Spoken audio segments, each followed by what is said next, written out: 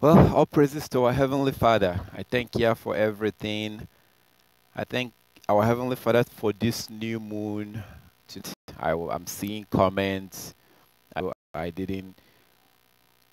I didn't get to 30 days. This one say yesterday was the 29th. Lucia saw it last night. So why don't you call the number that you see in through WhatsApp? Um, and today we are pretty much going to deal with the Sabbath and the new moon days. Sabbath days and the new moon days is what we're going to be dealing with today. If you want to ask about something else, that's fine.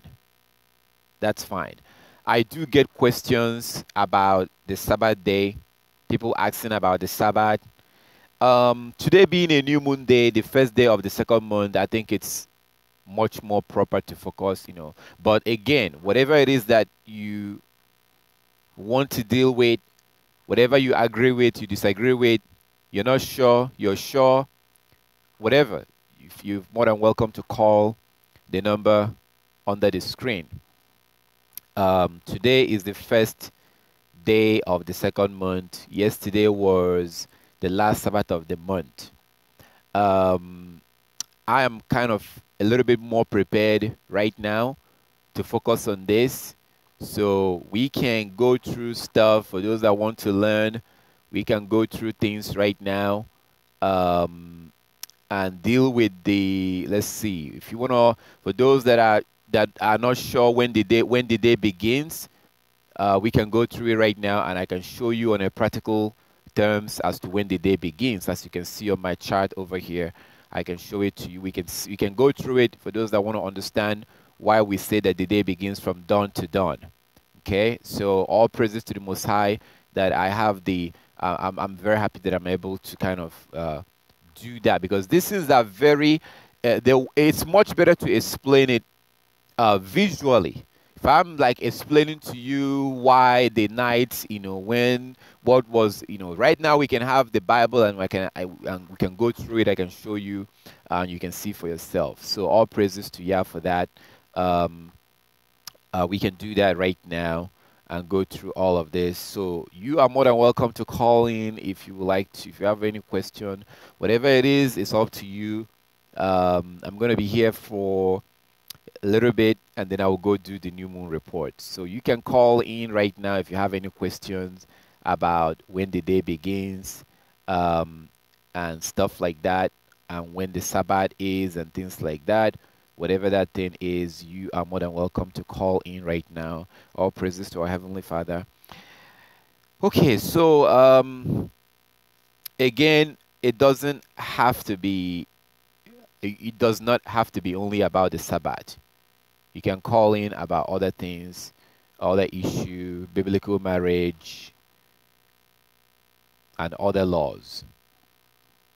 So here is your opportunity. Here's a chance to call in.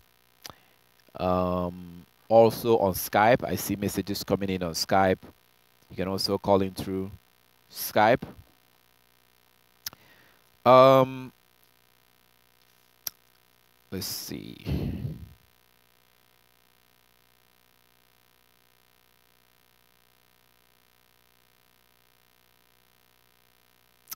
So yeah, for those that about what to do on the Sabbath, how to observe the Sabbath day. I think somebody posted some comments. Let me look at that.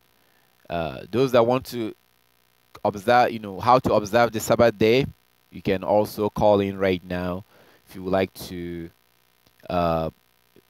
If you would like for us to look at the Bible and see how to observe the Sabbath day, all these things has been written down for us.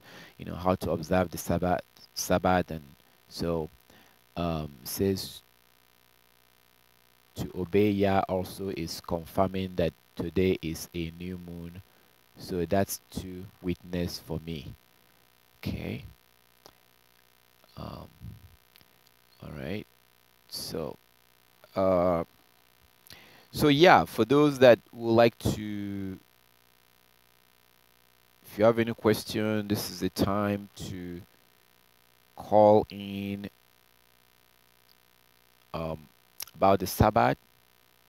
Our salvation depends on this. If you don't keep the Sabbath day according to the lunar calendar, if you don't use the moon to keep the Sabbath, you will not be saved. You have been reserved for judgment, for wrath of the Most High will come upon you. When the Most High begins to destroy, first of all, to punish the heathens of this world right now, those that have made themselves the enemy of the Most High by refusing to keep his laws. He will first of all punish them before he destroys them. He will first of all punish them before he destroys them. So why do you have to observe his Sabbath using the moon? Because that's what he created as a calendar. That was what he created according to Genesis chapter 1 verse 14 to verse 16. 1 Samuel chapter 20, that was what the Israelites used as a calendar.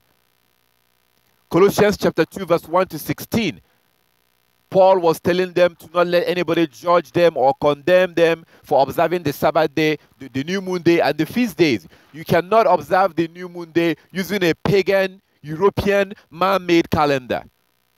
The reason why you are refusing to use it to observe the Sabbath is because you know that you may have to quit your job.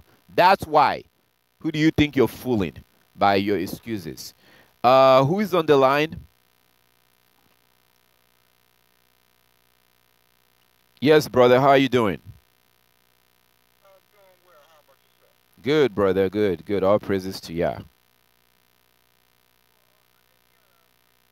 for you. I've been listening to you for, I guess, a couple of weeks or a couple of months now, and I've actually been getting into my Bible myself. And I recently watched one of your videos about marriage, about how God, well, excuse me, how the Most High wants us to find a wife, and in one of your videos you said like if you didn't find like your wife the way the Lord intended, well, if you didn't find her the way you were supposed to find her, you should just leave her alone. Basically, what I'm getting to, like, I have problems in my relationship, but I don't know if it's worth throwing away. But my thing is, my wife, she was a rape victim. Her uncle actually raped her. So, like, according to my understanding, is her uncle her husband? I'm just like, yeah, that is confusing. Okay. No. Her uncle is not her husband. She was raped by her uncle. Some women have been raped by their father. It typically happens. Talk about sex with your children. See, Satan don't want you to talk about sex with your children. And then what happens is that other people will educate them about sex outside. You have to talk about sex with your children, so that they. But tell her not to tell mom or dad. She will know to tell you. I really hope that if they're going to do this, that they will do it to the right person, the person that will kill them. Because anyone that does such a thing deserves to die. Anyone that does such a thing to his daughter or um, to take a girl and have sex with her without the consent of the parents is rape. The parents has to know according to the Bible. The parents have in your own situation right now. After she lost her virginity to her uncle. Her uncle took her virginity from her. Okay. Do you know if after that, do you know if someone else, if she had sex with someone else before you met her? Well, she did.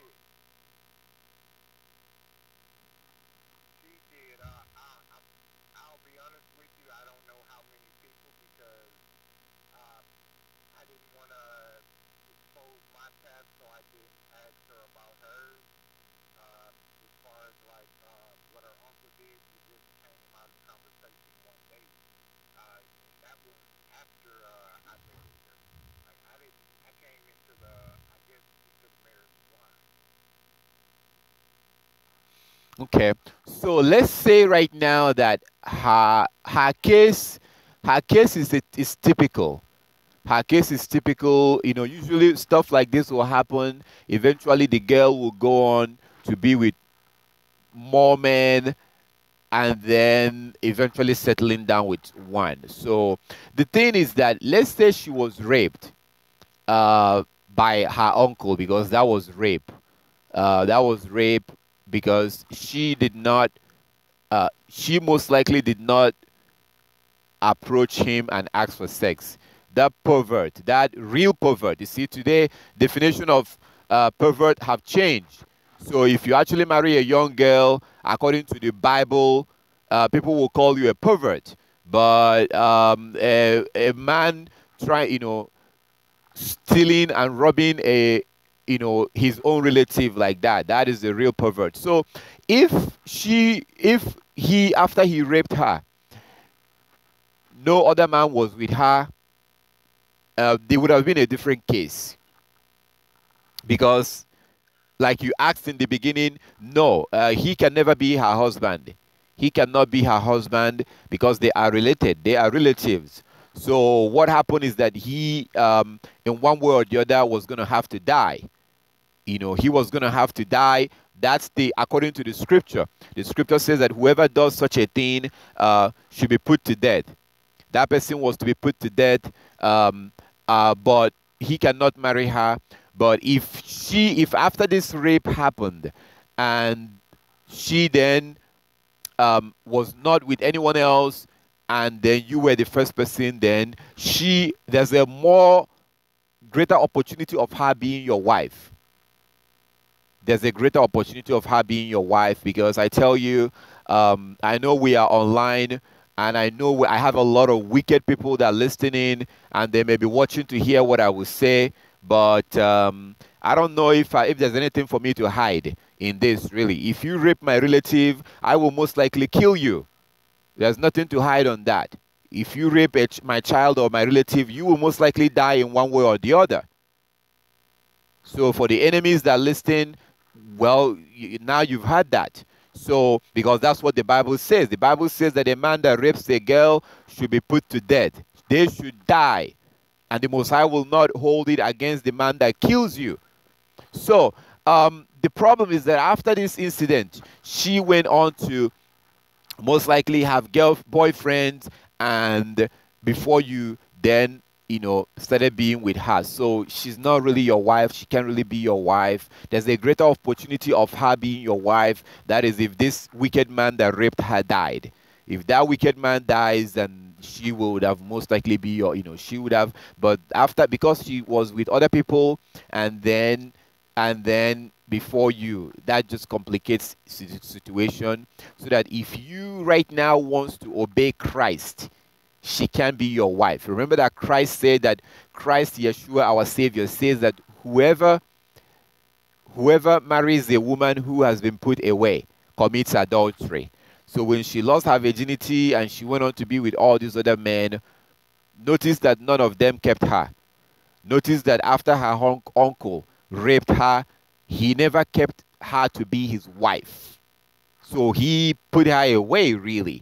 Notice that when all the other men that had sex with her after that, notice that none of them kept her to be his wife. Typically, when you have sex with a girl, I'm speaking according to Deuteronomy chapter 22. When you have sex with a young girl who was still a virgin, our Heavenly Father Yah said that you have to keep her to be your wife, and you cannot put her away all your lives. What is happening with our sisters don't really understand what's going on.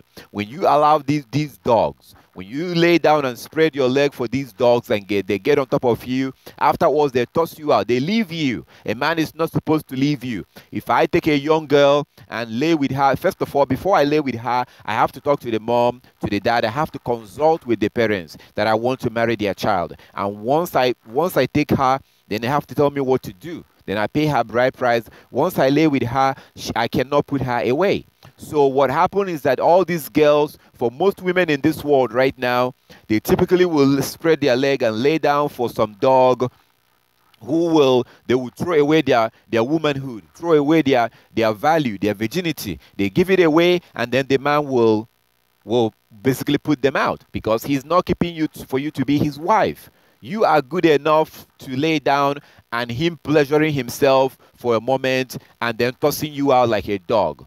And that's really what's happening. That's sad, and that's what we're trying to guard our daughters not to repeat this same mistake. If a man loves you and thinks that you are beautiful, and he needs to talk to your parents, and he needs to take you and keep you for good and provide for you, provide shelter for you, provide for you as the man, that's what needs to happen. But our sisters and our girls are really getting ripped off, and you're thinking that you're sexy, you're thinking you're wise, but you're throwing away all these men. I used to do that. I used to do that. I used to use them and toss them out too. But all praises to Yah, I don't do that anymore. Because so when you then take any woman that have lost her virginity to some men, but have slept with one and then a lot of them, and then finally you take her, you are taking a woman that has been put away, because every single man that has lain with her never kept her to be uh, none of them wanted to keep her to be his wife. They all will lay with her and then put her away.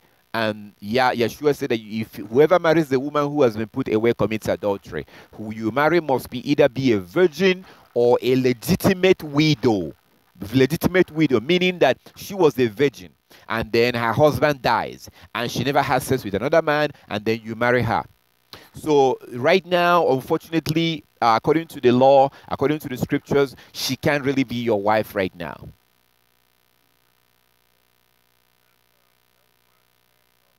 Yeah. I was just wrestling with myself, and I heard that outside because so I just needed to actually just hear it coming from another person.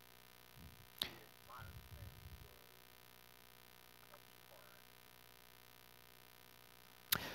Well, I really do appreciate you talking with me.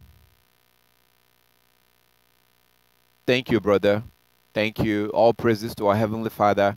Um, I know that this is very painful. I know that this is very difficult. I know brothers who are struggling with this right now. It's such a painful thing when you've lived with someone in their house and you're thinking that they are your husband or your wife, and then you realize that according to our Heavenly Father, they are not. It's such a painful situation. I really do understand.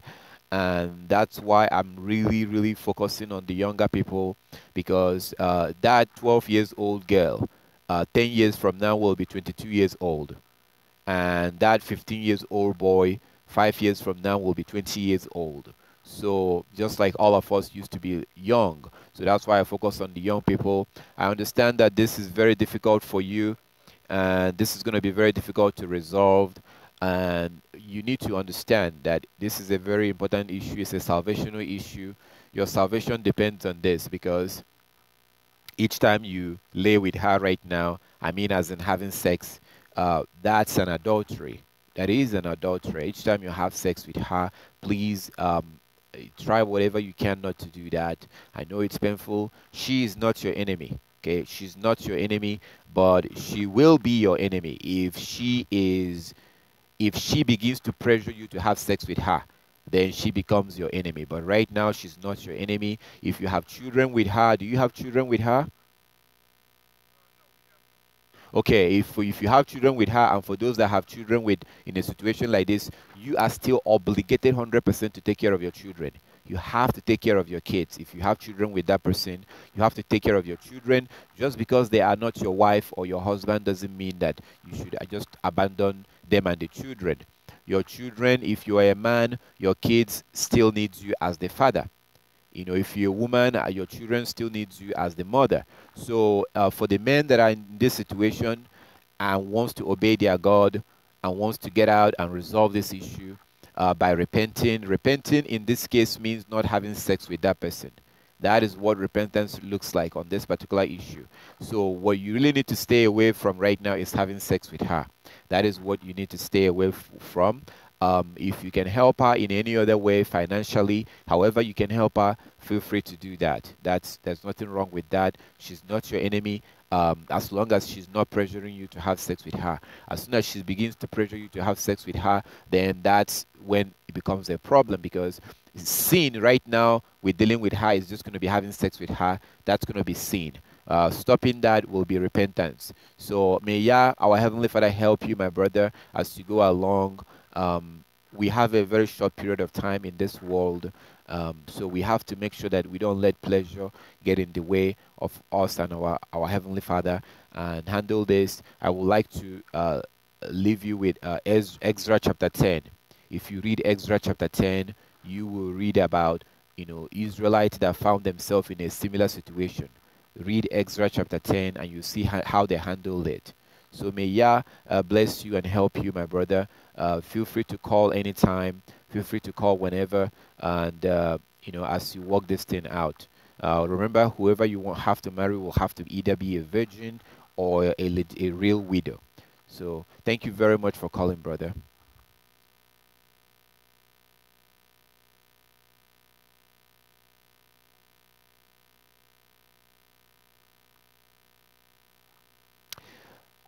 I don't know if you can still hear me, but like as I said, thank you for calling.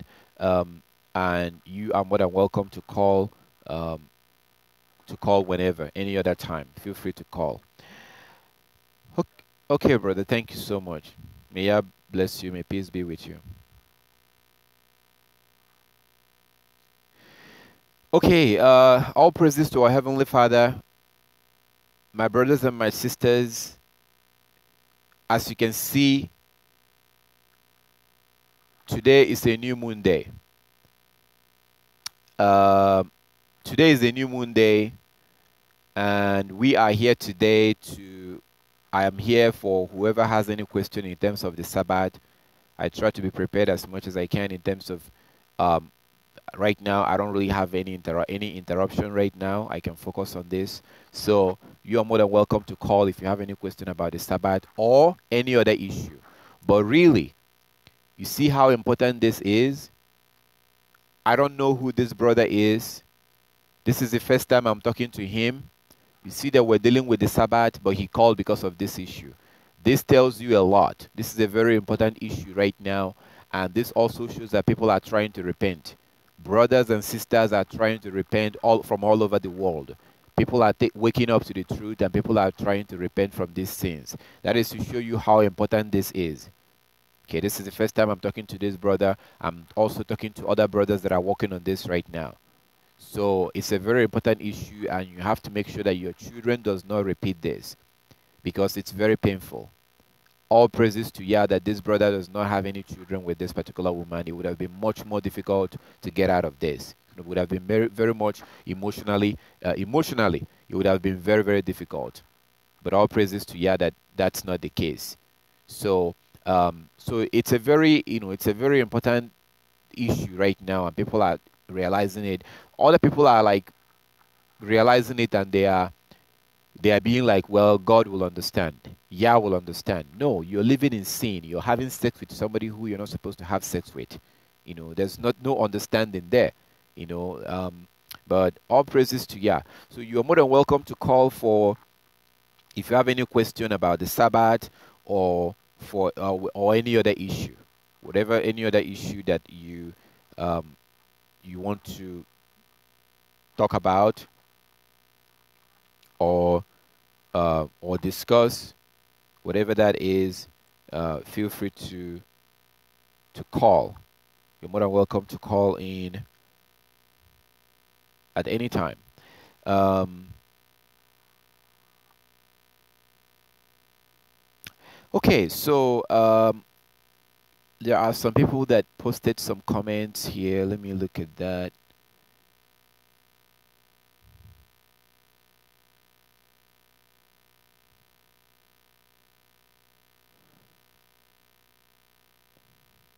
Do we wear our scarf all day or only when we go out and pray?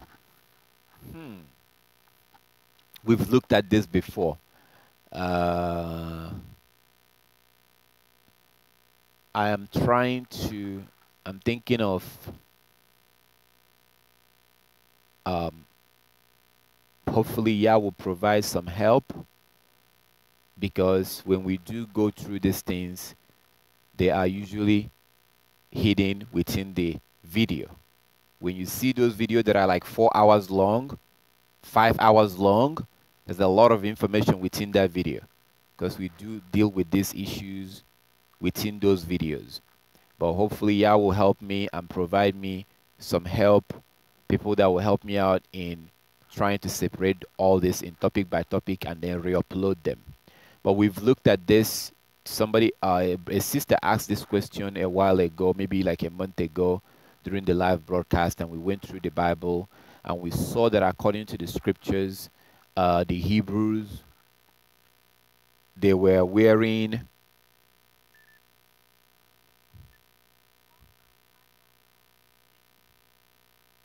Okay, so according to the scriptures, could you hold on? Hold on, please. So according to the scripture, I don't want to ignore this question that this sister asked. So the question was, do we wear our scarf, meaning the veil, like the head covering, do we wear it all day or only when we go out and pray? Okay, so according to the Bible, let me see if I can run through it real quick. What I will do is that I'm going to give you the scriptures to look at. So we start with Genesis. So according to Genesis chapter 24, when you read Genesis chapter 24, you are going to see that Rebecca, what you see there in Genesis 24, when this sister asked about it last month, we went through all of these Bible verses and we saw it. So unfortunately, we may not be able to do that right now due to time. So I can move on. I have a sister on the line. So if you look at Genesis 24, you will see that Rebecca, when she was that, when she was behind that donkey, behind the carriage, behind those men that was ahead of her, she, she wasn't wearing her scarf. But as soon as she saw a man in the field, she asked those men that was traveling with her, who was that man over there? And they said, oh, that was our master's son.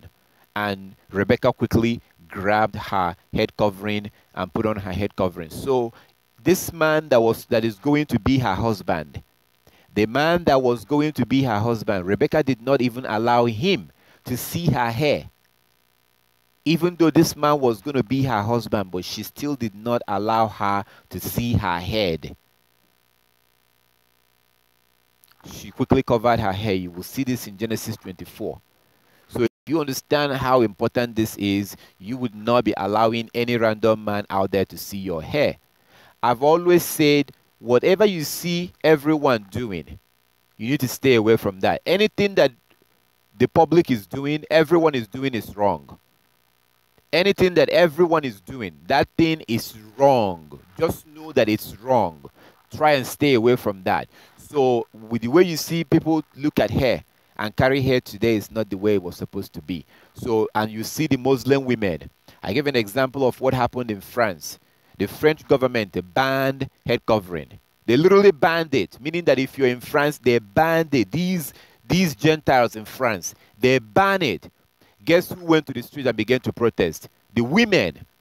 Muslim women began to protest because the French government was banning it on the grounds that these women were being oppressed. So let's ban it and help those women out. Then the women came out on the street and began to protest. So no other man is supposed to see your hair. You should take, I don't want to say pride, because we're not prideful people, but you should take, honor in that.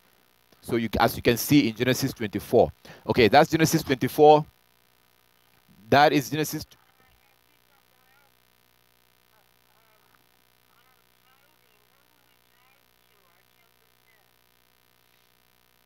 Were you the one that asked about head covering? Okay. Okay, hold on. Okay, let me give you the scriptures about head covering and then we'll go to tithing. Okay. And she was not prophesying. She was not praying. That was on a regular day. They were traveling to go meet her husband or her husband to be. So that was not, she was not praying, but she covered her hair. She did not allow that man to see her hair. That's Genesis 24. Another place is Numbers chapter 8, chapter 5, verse 18. Numbers chapter 5. If when you are in your house, inside the house, if you don't want to wear it, that's fine. If you're in the house, if you're around your kids, your husband, but if a stranger is going to come around, or if you're going to go outside to go, whatever, yeah, you should wear it. But if you're in your private part, in your private room, to the store, or if a man calls and says that they're coming around, no, you have to cover your hair. Okay, now another question. What time is dawn for the Sabbath? Because I've been keeping it from Friday sunset to sunset. Is that wrong? Yes. Okay. So, what time does it start? When do I stop cooking? And So the day begins from dawn to dawn. okay, and what time's the zone? That is, it depends on where you are. It's that period of time before the sun comes up, before the sun even comes out, the time that, when you begin to see daylight. When you begin to see daylight in the sky, that's when the day begins. And this usually happens towards the east. Towards the east. This Tonight, when the morning dawn comes up, it's the beginning of the Sabbath. no. Yes. Okay, there were things like the new moon, so I didn't know if today was a new moon. No, today is the new moon day, and depending on where you are, where I am, I haven't seen it yet. In a couple of hours, I'm gonna go out. Well, the cars haven't moved from here. We've had too many snow. Yeah, so in that case, there's a website called Truth of Yahweh. Truth of Yahweh. If you go to Truth of Yahweh, you should be able to see it. See people all over the world, people in different countries. When they see the moon on the new moon day, they only do this on the new moon. When they see the moon, they will go and report to the website, and the website will post up. So I haven't checked today, but whenever you have a cloud coverage or it's raining, go to truthofyahweh.com. Or you can just Google New Moon Report and look for the link that says Truth of Yahweh New Moon Report, and then you can look and see if people in other places saw it. Okay, so, okay, I'll do that. Now, what about the tithe? Okay, so what's your question on the tithe? Because the church I was going to, they told me to give them 10% of my income. And so I've been doing that for 4 years. And now I read in the Bible that it said vegetables and grain was the tithing, not of money. So I don't know. Yeah, you read Deuteronomy chapter 14. Deuteronomy chapter 14, that's where you see the laws about tithes. But these people, the Christian pastors, will typically quote Malachi. Malachi chapter 3, that's where they will use to guilt, shame you. They will use that place to guilt, shame you into giving them 10% of your money. How much were you paying in tithes before you stopped? Yeah, we're giving them, money orders Of monthly. how much were you giving them every month? Uh, well, my disability, so sometimes it's $776 and sometimes it's $84. Okay. Even if it is 84 cents, it's still too much. You shouldn't be giving them your money as tithe. Tithe has nothing to do with money. I'm disabled too. Does that make a difference? Well, it makes a difference that they are robbing a disabled woman. They were robbing a disabled woman. They were stealing your money. Your church was stealing your money in the name of tithe.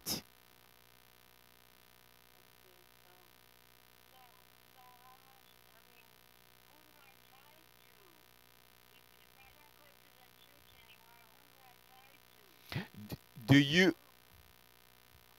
Sorry, go ahead.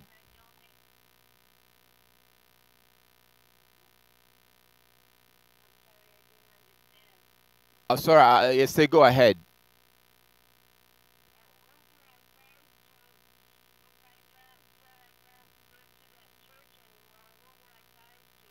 Okay, do you grow any food? Do you grow any food in your house, in your backyard? Do you grow any food?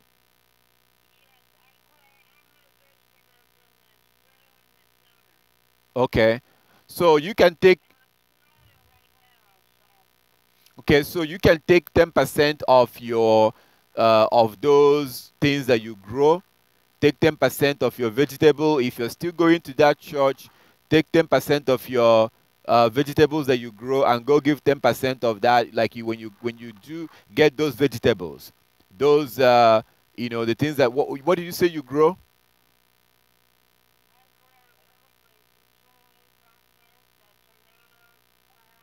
Hmm.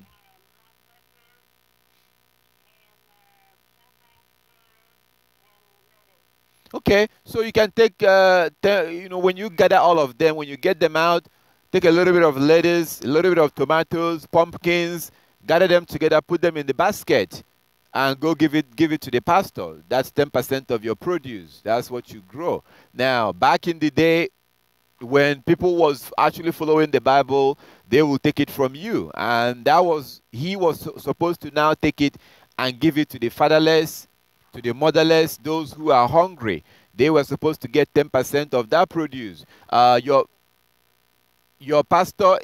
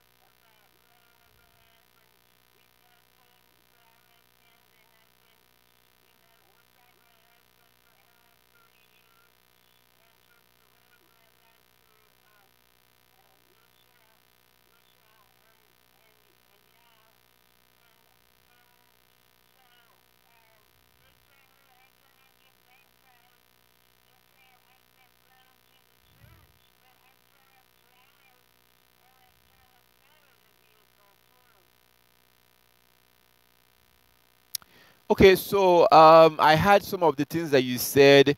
You said what you said in the beginning. I didn't really hear you. You said something about. Okay, why don't we let's slow down a little bit. Let's slow down. Okay, let's go back to tithes. Okay, and be clear because you were saying that you no longer go to that church, and it sounds like yeah, yeah, it sounds like you because you asked. You say you no longer go to that church, but you're asking who do you give your tithes. So, and then from there we jump to the next point that you made. So, um, what you're supposed to give as tithes, uh, Ireland. Could you please call back? Let me finish up with our sister. If you can call back the person who is calling from Ireland. I know it's an international call from where I am, so they probably will not let me to call you back. If you're calling from WhatsApp,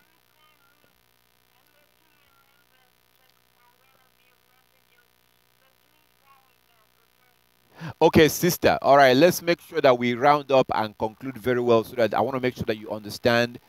Uh, okay, sister. So try to help them. If you see somebody who is hungry, try to help them. Okay, the homeless people. Yes, try to help them. But also listen.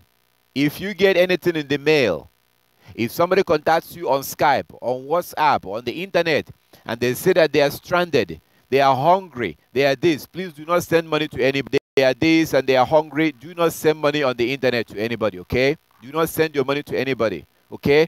When you help those people that you can see with your eyes. If you give them $1, that's okay. If you can give them $2, that's okay. If you can give them food, that's okay, okay? You can use that to be your tithe. And then you can bypass your pastor and go straight and help those people who need help. If you feel tithes is supposed to be produce. Offering can be anything. Offering can be anything. So, for example, they are lacking a pen and they need a pen. You can buy pen and give to your church. Let's say your church needs a cell phone. Your church needs a phone. You can buy a phone and give your church. That's called offering. Offering can be anything. When the Israelite came out of Egypt, listen, okay, sister. You too, sister.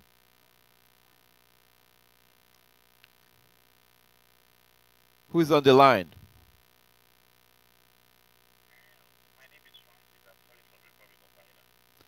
Yes, brother. Could you hold on, okay, brother? Hold on, brother Francis. Somebody who is asking you for cash is ripping you off. But offering, I'm sorry, tithe is produce, 10% of your produce. So you can give them your lettuce, your vegetables. If they won't take it, then you've done what you're supposed to do. But focus more in helping those that are actually in need. And offering can be anything. You can give your church a cell phone. When the Israelites came out of Egypt, our Heavenly Father told them to everybody to give an offering to build the tabernacle. Whatever it is that you want to give. They were not told to bring, they were told whatever, anything. So they all brought whatever they wanted. They brought so much that Moses told them to stop. But that is a free will offering. It can be anything. That's what, that's the two things. It's either tithe or offering. Please stop giving anybody money in the name of tithe. So I hope that our sister got that. So it's okay. Yes, we're everywhere. So it doesn't really, it's okay. We're all over the world. We're everywhere.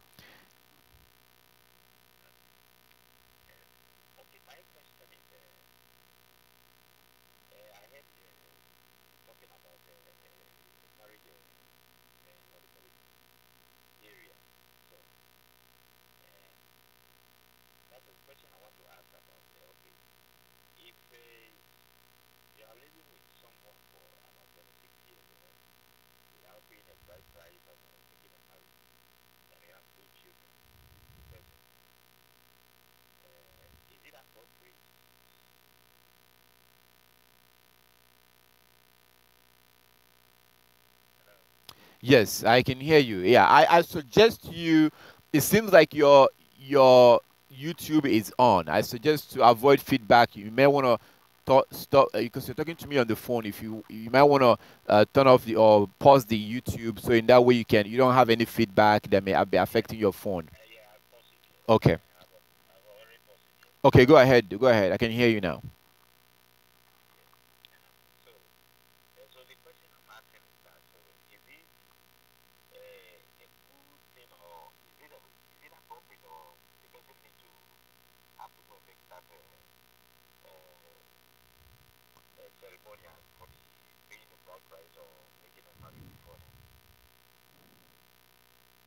Okay, so you said if somebody, could you please repeat your question? You said if somebody lives with somebody and they have like two kids.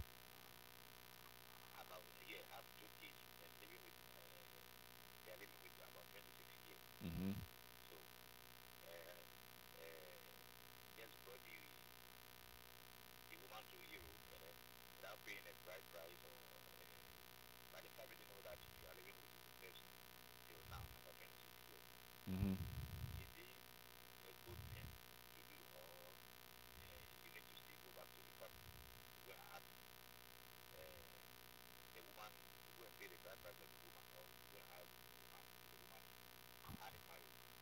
Okay. So the question, if you're living with someone and you've been living for 26 years, but you just took her and you started living together and you never paid a bride price, should you go back now and pay the bride price? That is your question. So the question is, before basically it was she a virgin when you took her? No, the person was not a virgin. Because I'm asking a question about someone here. Okay, was You was understand? So was the way she you have asked me, was the woman a virgin at the so time? I don't know. Now, I have a one child before.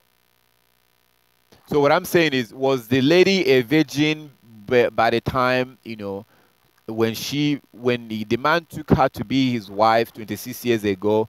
Was she a virgin at that time? No, no, she have a one child with other man before, and then she Oh, separated. oh. Well, the man that she separated from, was he? Did he die, or they just separated? No, he also married another person and living in another country. So the man that she had a child with, and then they separated. They did not separate because that man died. They separated for another other issue. Yeah, they separated before, and the man married to another person then before he died. But before he died, the woman is already living with that man, having a two child already. Oh, okay. The reason why I asked this is to see if she was a widow. It doesn't seem like she was a widow, because if she was with that man and yeah, so she wasn't a widow from the previous man that she had one child with, right? Yeah. So this man that she's with right now, he is not even going to. He doesn't need to worry about going to pay her bride price, because she's not even his wife in the first place. Yeah, she's not his wife. Now, I would have said this, if she was a virgin when he met her 26 years ago, and they and then they began to live together. Right now, yes, he should go, and if the father is still alive, pay the bride price, which would not be really that much. But as you can see in Genesis 24, if you look at Genesis 24, according to Genesis 24, you will see that with Rebecca and Isaac, right? With Rebecca and Isaac, when they finally brought Rebecca, right? He took her into her mother's tent, and when they had sex for the first time, that consummated the marriage, right? So there was no church wedding, there was no pastor, there was no wedding gown or tuxedo or ceremony. They became husband and wife when he took her virginity. That's when they became. But so there was no big. I'm not saying this to say that big ceremony is bad. No, big ceremony is not bad, because Christ, Yeshua, he went to a wedding in John chapter 2. He went to wedding, right? So yeah, he went to wedding. So there's nothing wrong in doing big wedding. Also, if you don't want to do big wedding, there's nothing wrong with that. People may think that you're crazy. Why aren't you doing this? But you don't have to do a big wedding. If you do it according to our heavenly Father, and you are married in his sight, you're fine. So the problem is, they are not even married in the first place in the sight of our heavenly Father. So going back right now to pay her bride price is just a waste of money and a waste of time. Going back right now after 26 years to pay her bride price will not all of a sudden make her to become his wife in the sight of our heavenly Father. Yeah. Okay. But can the person proceed like to do just a marriage? No, they can't. If you want to call for a marriage? No, well, he can go ahead and call for a marriage, right? But let me tell you what's going to happen if he calls for a marriage. If he proceeds right now to call for a marriage, you remember what Christ told that woman in John chapter 4? The man you live with now is not your husband. You remember that? Yeah. Christ told the Samaritan woman, he told the Samaritan woman that the man he's living with now is not her It's husband. not her husband. Yeah, so everybody around, will be thinking that, oh, they are husband and wife, but Christ said to her, he is not your husband. And Christ said that based on Deuteronomy chapter 22. So this man can go ahead now and do a wedding and do things. He is just going to be trying to make it seem like they are married in the sight of the people. But in the sight of our Heavenly Father, no, they are not married. Okay. Yes.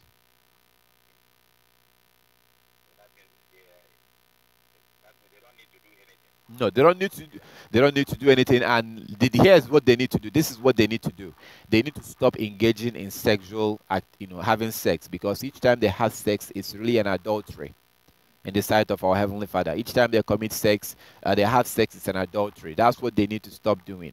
Like as I always say, they are not really enemies. I'm not saying that he should hate her. I'm not saying that she should hate him. Being together with somebody for 26 years, that's a long time. There has been they are attached together. They're emotionally attached. I understand that. Um, I don't think being together for 26 years that they will be having the same urge for sex when they were like 20 years ago. So the older you get with somebody, the more your relationship become less about sex and more about your personalities, more about your personalities. So for young people, they think about sex all the time. Older people, there's a lot of things that have bound you together, that have made you one, and it's not all about sex anymore. So I think that people like that, I'm not saying that that person should hate the woman or that the woman should hate him, but what needs to happen here is that you have to disengage in sexual activity, because that's really the sin here. That is the sin. Each time you have sex with that person, you're committing adultery in the sight of God. So if that two people can manage to separate from something like that, then they have repented. And if they have children, like they do have two children, the man is still supposed to take care of the children. You can't just abandon the children and just, because he's not your wife. No, you have to take care of your children, because those children need that man. Yes. Yeah. Thanks very much. Because um, I'm watching your this because I want to learn from this new moon Sabbath and so forth. Because this Sunday Sabbath have been crazy me up to some time. Yes. Well, it's very simple. It's not complicated. It's a very simple thing. In terms of our Heavenly Father told us to work for 6 days and rest on the seventh day. So what you have is, like today is a new moon day. Today is a new moon day. So you work for 6 days and you rest on the seventh day. Work 6 days, rest on the seventh day. It's not too difficult. It's not complicated. It's very simple. So today is a new moon day. So today is actually a very good day to learn this. It's a very good day because today being a new moon day, tomorrow is the first work day of the week. Tomorrow is the first work day. So tomorrow you count one, and then two, you work for 6 days, and then you rest on the seventh day. So it's that simple. Our Heavenly Father made it so simple. It's just that we human beings have complicated it and we've made it very difficult. But it's very simple. So today is a very good day. Whenever you want to find out when the Sabbath day is, what you need to ask is, when was the last new moon day? Just find out when was the last new moon day, and then you count 7 days from that, and then you get to the Sabbath. Okay. Yeah. Okay. Yes. And how will I know the new moon day?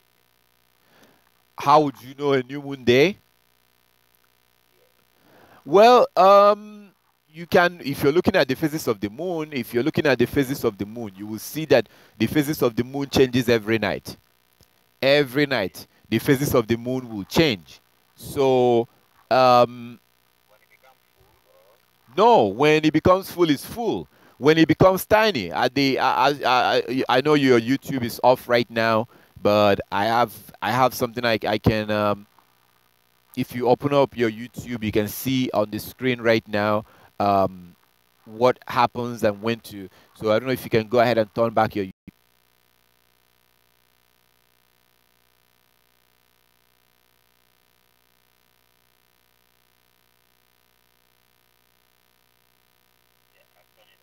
Okay, what do you see on the screen?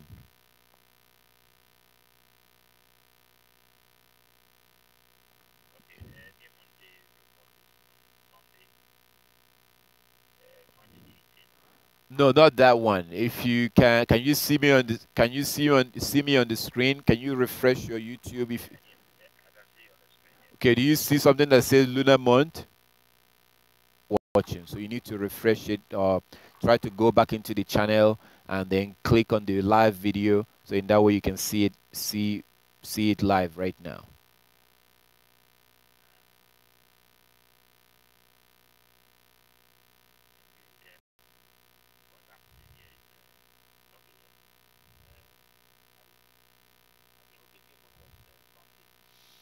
Okay, you may be looking at what I was trying to show you is how to know when the new moon begins.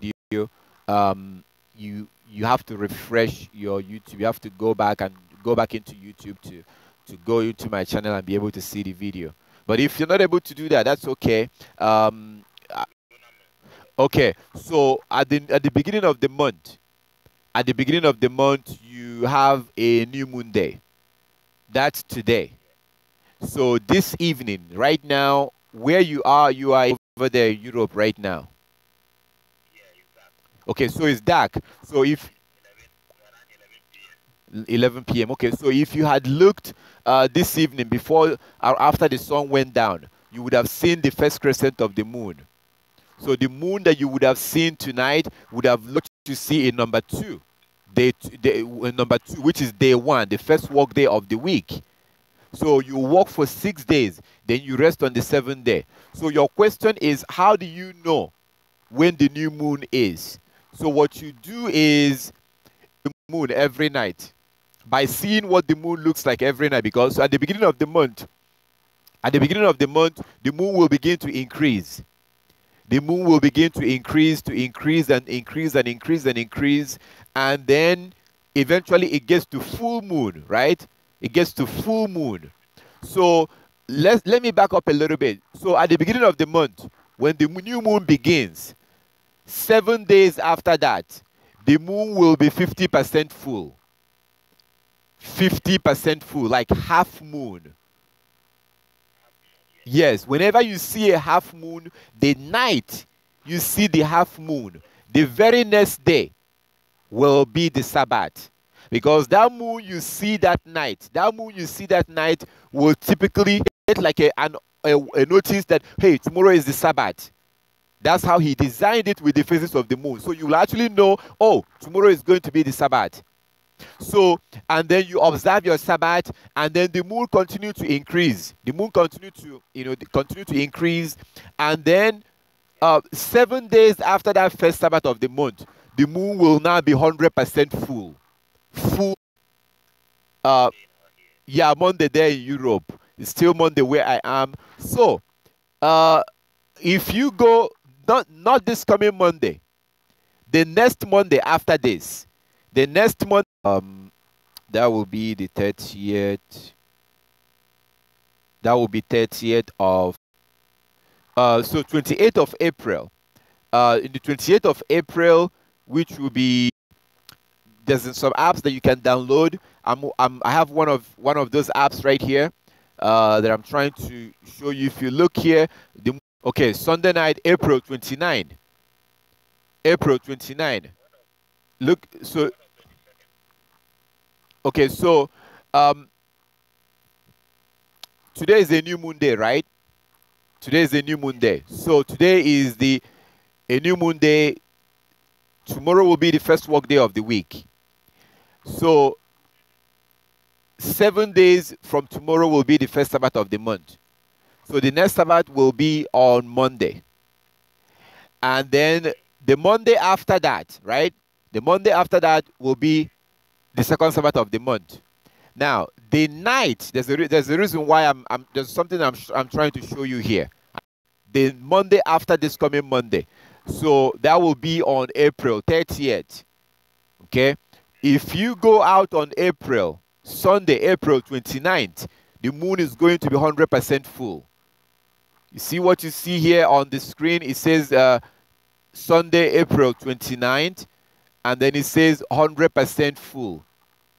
100%.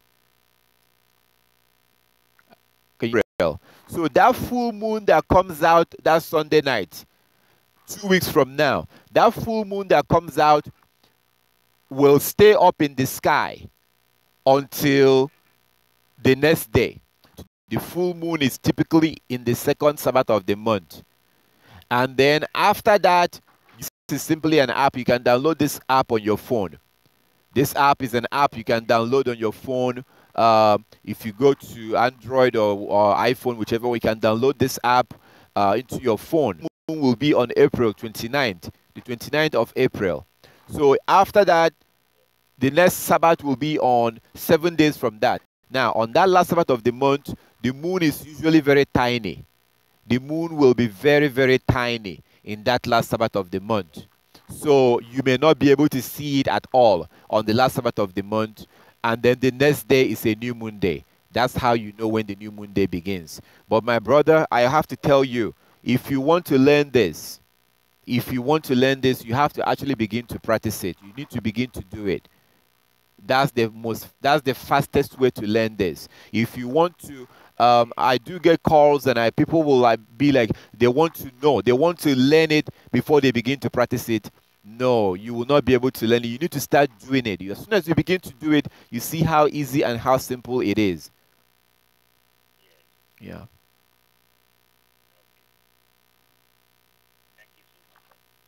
Thank you very much. All praises to our Heavenly Father. Please, brother, feel free to call anytime. Feel free to call anytime. And I'm still going to go out and do the new moon report this evening. But like as I said, you need to, if you begin to observe the Sabbath this way, on the 7th day, on the Sabbath, we're not supposed to go to work. The day before the Sabbath, we are supposed to make sure that we get our food, get the things that we need, and then after worship on the Sabbath, you can relax and rest and get some sleep and rest on that day, and then the next day you go back to work. If you don't have people to worship with, if you don't have any congregation to fellowship with, you can do what they did in the wilderness according to Exodus chapter 16. In Exodus chapter 16, you will see that our Heavenly Father told them to stay in their home, to stay in their tent on the Sabbath day, to stay home. So if you don't have people to fellowship with, you can still observe the Sabbath. Just stay in your house, relax and get some rest. No cooking on the Sabbath day, no cooking, no buying or selling, none of that on the Sabbath day. We don't do that. We just relax and no work on the Sabbath day. We stay home and rest. So that's how you observe it. I think the brother just got disconnected. So all praises to our Heavenly Father. You are more than welcome to call in those that have questions about how to observe the Sabbath or other questions that have to do with the Sabbath. You are more than welcome to call in right now. If you have any question, it doesn't have to be about the Sabbath. You can focus on other things. If you do have any, if you do have any question, I do see somebody posting a question or comment on a particular video. If you want to post a comment, post it under this video, then I will be able to see it. If you post it on another video, I may not be able to, I'm going to have to go to that video, and I don't think I want to do that right now. I want to focus on this particular one. So please, if you want to post anything or ask any question, don't do it on another video. Do it on this one right now. Speaking of comments, let me see what was posted here. Like as I was telling the sister that called before, I was giving the scriptures about head covering. The scriptures about head covering. That's Genesis 24. Genesis 24. And then Numbers chapter 5. Numbers chapter 5. especially in verse 18, and also in the book of Ruth. The book of Ruth, you will see that in the book of Ruth, when the man that she went to, the man that her mother-in-law was trying to arrange for another man to marry her after her husband died. Ruth was not praying, Ruth was not prophesying, but Ruth has her hair. She was wearing a veil. Ruth was wearing a veil, and that man told her in Ruth chapter 3 to take off her veil so that he will put some food, that he was trying to give her some food that she needs to take home to her mother-in-law. So, and she took off her veil. So these are scriptures, and of course, First Corinthians chapter 11. These are scriptures that we see um, that shows that they were covering their hair at all times. So I hope that Sister Diane, I hope that that answers your question. Let me see.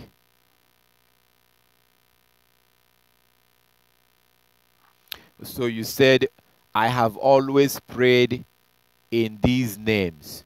Is it wrong? Yahweh, Yahoshua, or Yahoshia? I have always prayed in these names, Yahweh and Yahoshua. No, no, they are not wrong. Praying in the name of Yahweh is not wrong. We say Yah. Yah is really a short form of saying Yahweh. So when you look at, for example, in what you typed in the screen, when you see that YAHWEH, the original Hebrew name of our Heavenly Father is typically pronounced or written as YHWH. So in order to pronounce it, you have to add in that A and E.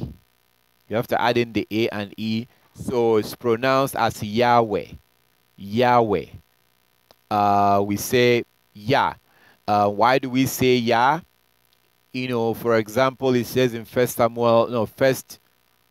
Second Chronicles chapter 7 verse 14. It says in Second Chronicles 7:14, if my people who are called by my name will humble themselves and pray and repent from their sins, I will hear from heaven and heal their land. So we have Jeremiah, Isaiah, Hosea, Zechariah, Nehemiah. Again, Second Chronicles chapter 7:14, if my people who are called by my name. And then we have Yeshua. And then we say hallelujah. So his people does have his name on their name. Unfortunately, most Christians will not be able to tell you what hallelujah means. They will be quick to tell you that his name is God, Lord, but they will not be able to tell you what hallelujah means. Hallelujah means praise Yah. So our Heavenly Father's name is Yahweh. The full version, to say it completely, is Yahweh. There's nothing wrong with praying on that, praying with that name. His name is Yahweh. His son's name is Yeshua. Some people say Yahoshua. So if you're saying Yahoshua or Yeshua, you know, it's basically almost the same thing. It makes people uncomfortable when I say that. But again, we have to be careful we have to always keep in mind that Yah created all languages. So when it comes to his name, it's very important to pronounce his name correctly. It's very important to pronounce his name correctly. At the same time, like I always say, if you pronounce his name correctly, but you don't keep the rest of his laws, then you're really wasting your time. So his name is Yahweh. Oftentimes we say Yah. Most of the time we say Yah, but his name is Yahweh. His son's name is Yahoshua or Yeshua. It depends on your tongue. Depends on your language. It's Yahoshua or Yeshua. So if you do, some people say Yahawashai. So if you're praying under these names, no, it's not wrong. It's not. You're not. There's nothing wrong with that. If you pray in the name of Yah or Yahweh, there's nothing wrong with that. Okay, you say thank you. Is it Yeshua? Yeah, you can say Yeshua. Some, like as I said, some people say Yeshua, Yeshua, Yahoshua. It's more of like Yahoshua, which means that Yah is salvation. Okay, let's go to the next one. What day was the Messiah crucified? If the next day was a Sabbath, that leaves either the 14th Passover or the 21st or the 21st. Matthew 26, 4 to 5 says the chief priest didn't want to have it done on the feast day. Okay. I really wish you will call in. I really wish you will call in. Why do I wish you will call in? Because I want to ask you some things. Okay. First of all, why did the chief priest say what he said? The chief priest did not say that they did not want Yeshua to be crucified on the feast day. That's not what the chief priest said. It's so easy to just make statement and just throw it out there and just quickly move on. So we need to back up a little bit, because the chief priest cannot have Yeshua be killed immediately. There was a process that they need to go through. They need to first of all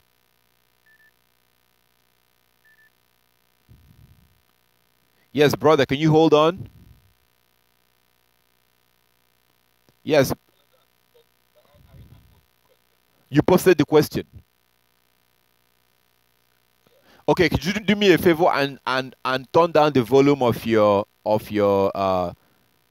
TV or your turn down so we can talk through the phone. Okay. All right. So go ahead. Yeah, go ahead.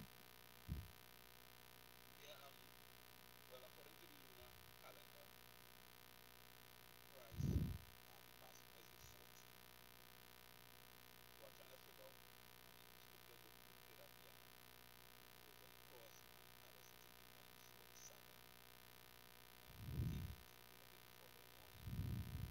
So if the Sabbath is on the 15th and we have another Sabbath on the 26th, then that leaves either the 14th or the 21st that he was on the cross. But the 14th is the Passover. If the 14th is the Passover, then on that day, on that evening of the Passover is where the lambs or the disciples. So that means it wasn't the Passover. I'm trying to figure out what day was it then? What day what day was he crucified? Yeah. Okay.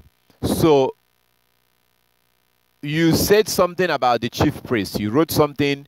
You said that Matthew 26, verse 5 and 6 says that the chief priest did not want to have it done on the feast day. Okay. So do you know what the chief priest did not want to be done on the feast day?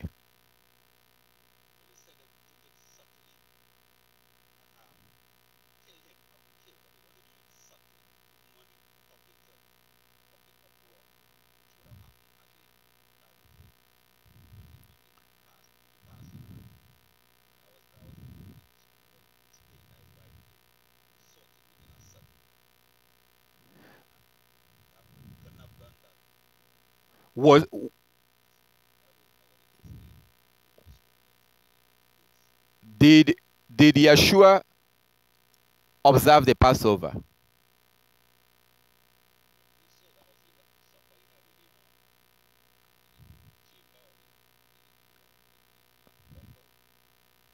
So Yeshua was free the night of the Passover. Okay, so when the chief priest tells you that they don't want to do it on the Passover, on the feast day, they don't want to arrest Yeshua because they had to arrest him first, right? So that was arrest is what he was talking about, because people were beginning to think that Yeshua was some kind of a prophet. So the chief priest was, what he was talking about there, it was not killing Yeshua.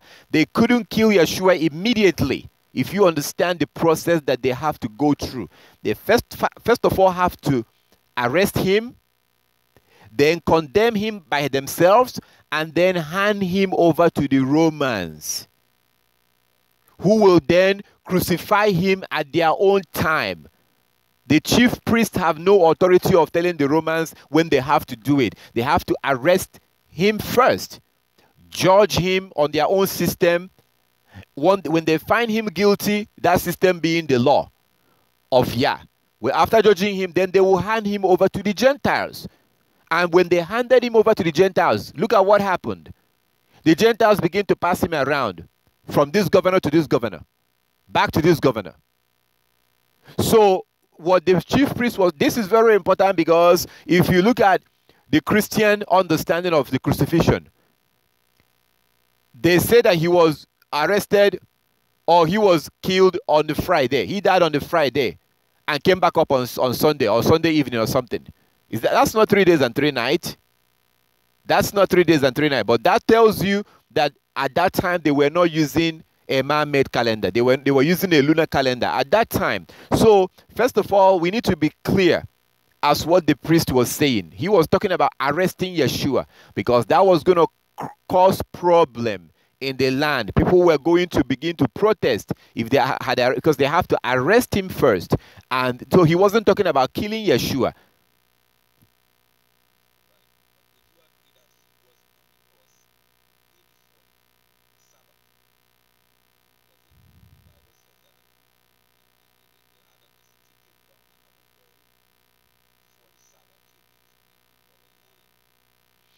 So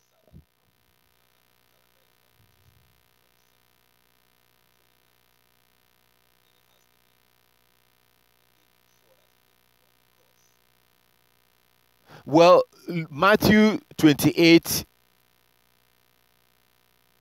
Okay, here's something that if you begin to study this, you will notice that Yeshua was not crucified immediately after he was arrested. Yeshua was not crucified immediately. After they arrested him, they begin to pass him around. They kept him for a while. So they arrested him.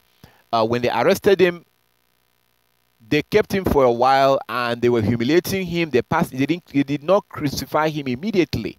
So he was in their hand for days. Our understanding right now is that, according to Christianity, is that he was arrested, he was crucified and killed immediately, and then he rose after 3 days. No, he was with the Gentile, the Romans, for a while before they killed him, and then crucified him, and then he was taken down and put in the tomb, which then at that point that leads us to towards the Sabbath. So they had him for a while. They did not kill him immediately. Yeshua was in their hand for days.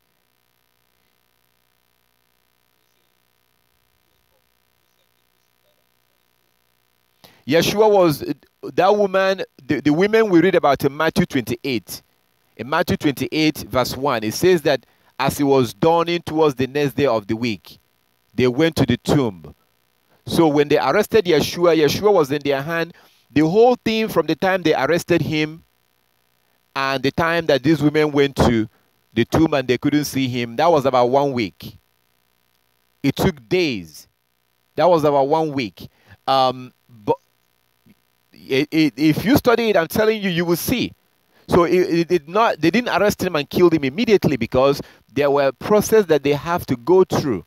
When you begin to study it and you begin to see it and the Most High opens your eyes, then you understand that, it's not, a lot of things begins to make sense. Just looking at being arrested and killed on the Friday and being risen before Monday morning, that doesn't fit in. That's not 3 days and 3 nights.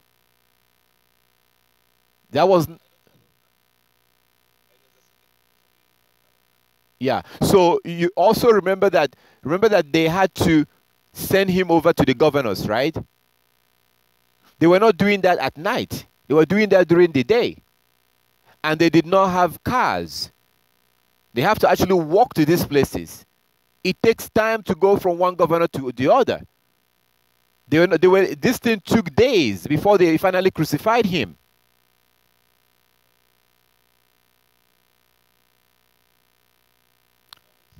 Yeah, so by the time you get towards that, by the time you get the Sabbath that was being talked about there was that the Sabbath, it was pretty much getting to, that was the Sabbath that comes, the next Sabbath that came after the Passover, like after the 20. Yes, that was the Sabbath that you see there. That those women were saying that, or not the women, but when it says in Matthew 28 that it was dawning towards the first Sabbath, towards the first day of the week. Yes, but I encourage you to, when you look at the timeline starting from the time they begin to talk about arresting him, and then read what happens, the details of how he was sent to this governor and then sent back, and don't think about it the way you think of things happening today. Today you can go back and forth today, go into a car and go back and forth. But back then they had to do it differently. They had to pretty much walk on their foot. So, and they were not doing it at night. They had to do this travel during the day, going back from this governor to that governor. So the point is that they did not crucify Yeshua immediately. No. Did you remember that one of the governors, did you remember that his wife talked about how she was having bad dreams? You remember that, right? So how could she had bad dreams immediately after, if Yeshua was crucified immediately after he was arrested? How could she have slept and had bad dreams? It's not possible. So it took days. This is one of the things that I look at this, and you are the first person that are actually asking this. This is something that I was looking forward to the day that somebody will ask this, because if you look at the scripture, you will see that it took days before they crucified Yeshua. He wasn't crucified immediately. That's how you get to come to read about when it says that, I talked about the Sabbath. It wasn't that Sabbath. It wasn't immediately. It took days. And I just gave you an example with the woman that talked about how she told her husband. That was after Yeshua was arrested. She told her husband that she had bad dreams, that they should let this man go. So when was she able to actually get to sleep and had bad dreams? That's because it took days before they finally crucified Yeshua. The Romans kept him. The Romans kept him for days before they crucified him. So,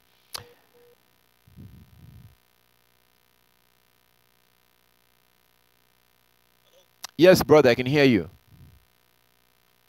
So I think your overall question is, if the lunar calendar is correct, how is it that he was,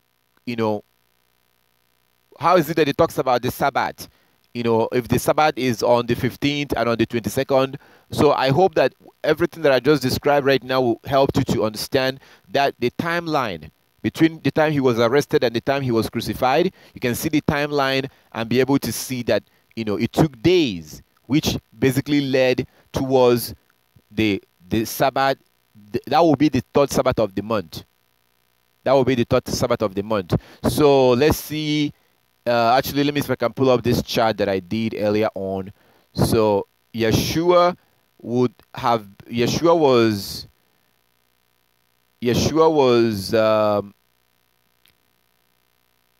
the 14th. If you look in this chart right here, Yeshua was arrested. After he was arrested, the 15th was the Sabbath day, and the first day of the Feast of Unleavened Bread. The first day of the Feast of Unleavened Bread. And then Yeshua was in detention on the 16th, the 17th, the 18th, the 19th, the 20th. Things went very slow back then. Things was very slow. They had no cars, they had no motorcycles, they had no phones. Life was very slow. Right now, life was very is very fast. Where are you calling from? So you're calling from Trinidad. So we are all over the world. The brother that I spoke to earlier was in Europe, in Ireland. So we're all over the world. Life is very fast right now. If something is happening in Africa right now, you will know about it. If something is happening in America, you will know about it because of, things are very fast. If I want to be in Trinidad by tomorrow evening, the only thing that will stop me is money. If I want to be in Trinidad by tomorrow evening, I will buy a ticket and be in Trinidad by tomorrow evening if I want to be there. So back then, if I want to be in Trinidad by tomorrow evening, it's impossible because I have to take a boat that would take possibly months or weeks to get to Trinidad. So same thing when people travel on foot. So imagine them trying to get Yeshua, hand him over to the Romans, then the Romans takes him, and then they begin to go from this governor to this governor, whatever, with the chief priest and everything, and trying to go. It took time. It took time, and that went from that 14th and 15th and 16th, 17th, 18th, 19th, 20th, and then, so it took time. Oh, and then they finally crucified him. He was on that tomb for 3 days and 3 nights. He was there for 3 days and 3 nights, just like he said that he would. So Yeshua, for him to be out of that tomb, for him to be out of there by the 22nd, Yeshua was now crucified by 18, around 18, he was crucified. But they kept him for days. He was not arrested and was put to death immediately.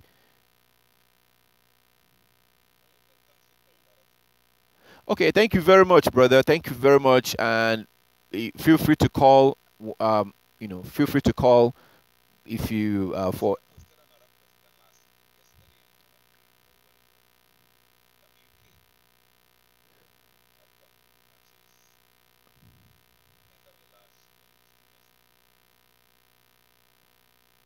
You said you posted another question.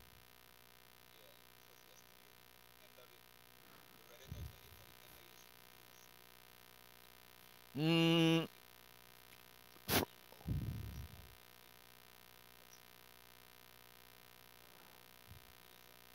I wasn't on yesterday. I was on day before yesterday, and I was actually cut off.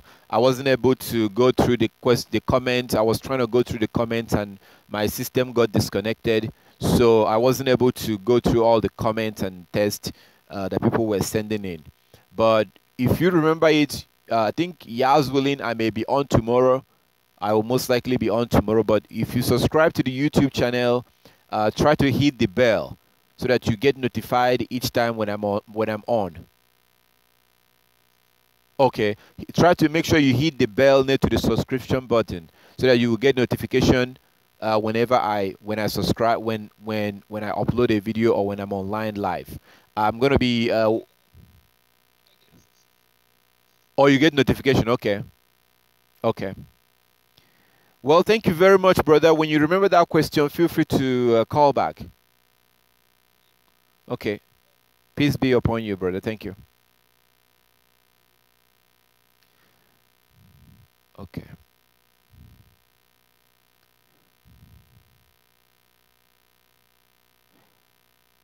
Okay.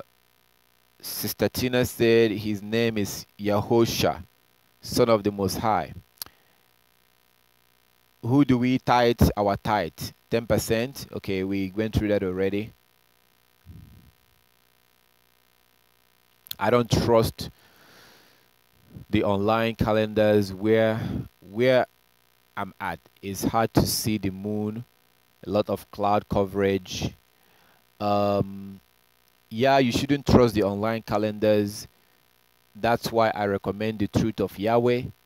The truth of Yahweh is where you have people in different countries. They will go and report if they saw the moon or not. I am going to be working on the Facebook, on a Facebook page. When I have the Facebook up and running, um, I will be able to post up things, um, as to what, I will try to use that. And if you do uh, get join the Facebook page, then you'll be able to get notifications um, when the moon comes out and things like that. Okay, so this one says, God be with you. Thank you.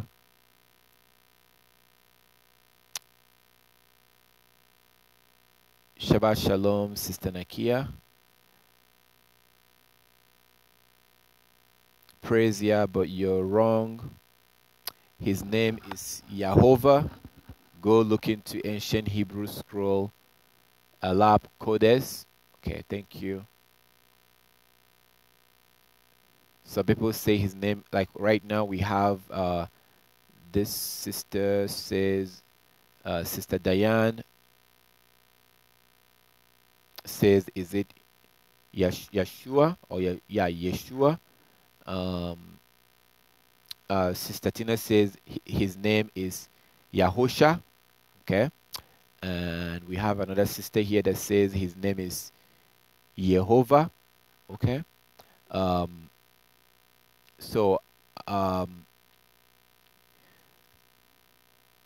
I don't want to.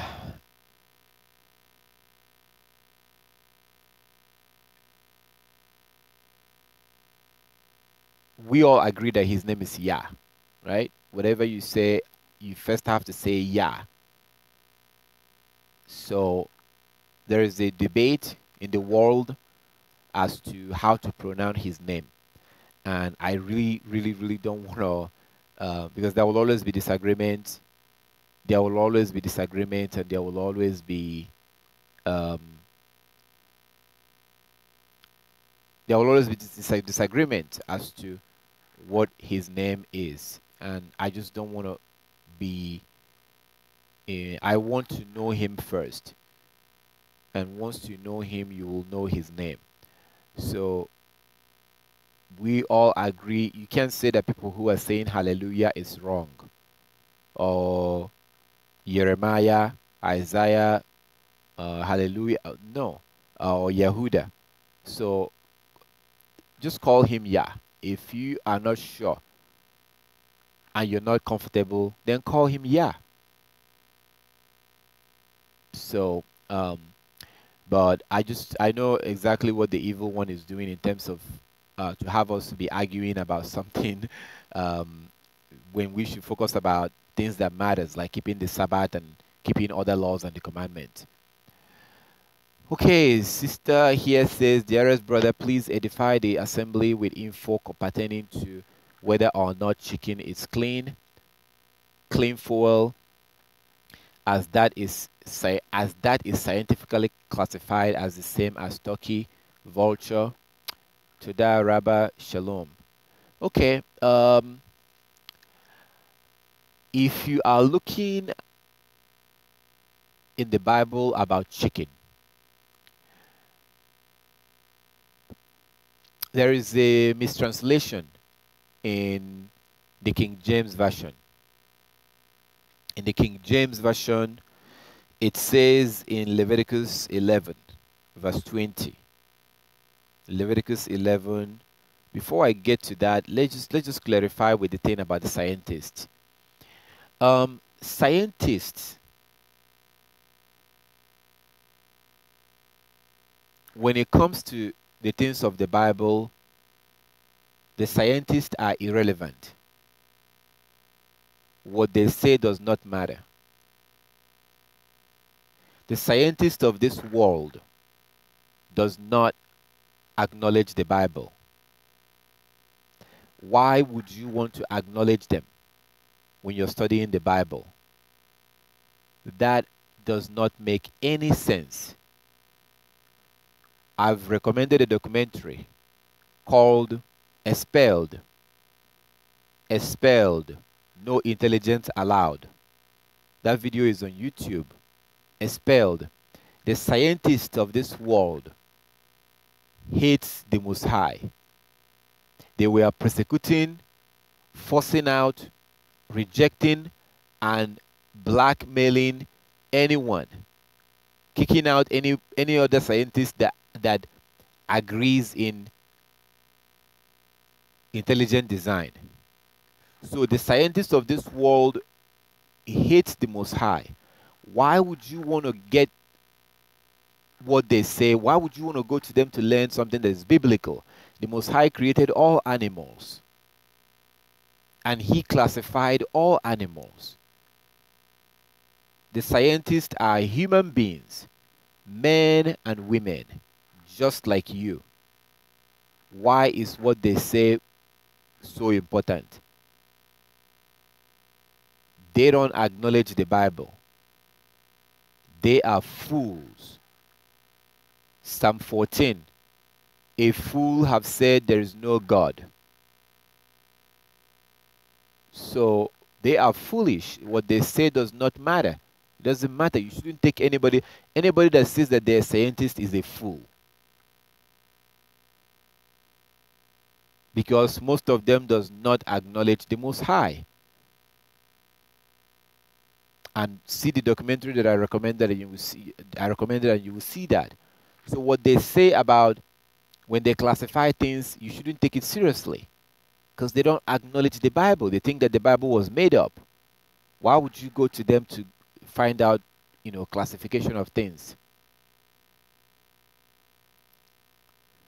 So, so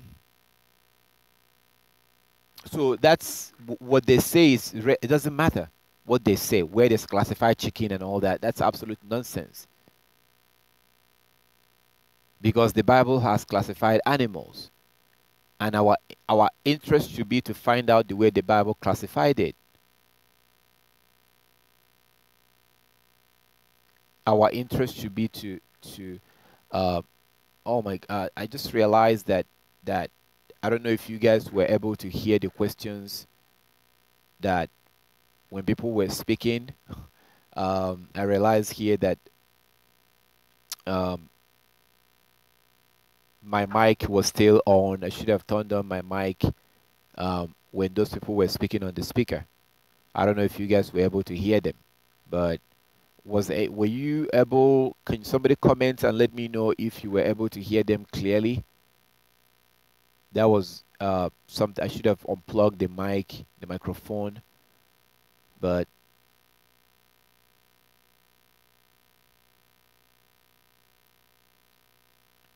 were you able to hear those that spoke, that called in, that had questions? Were you able to hear them?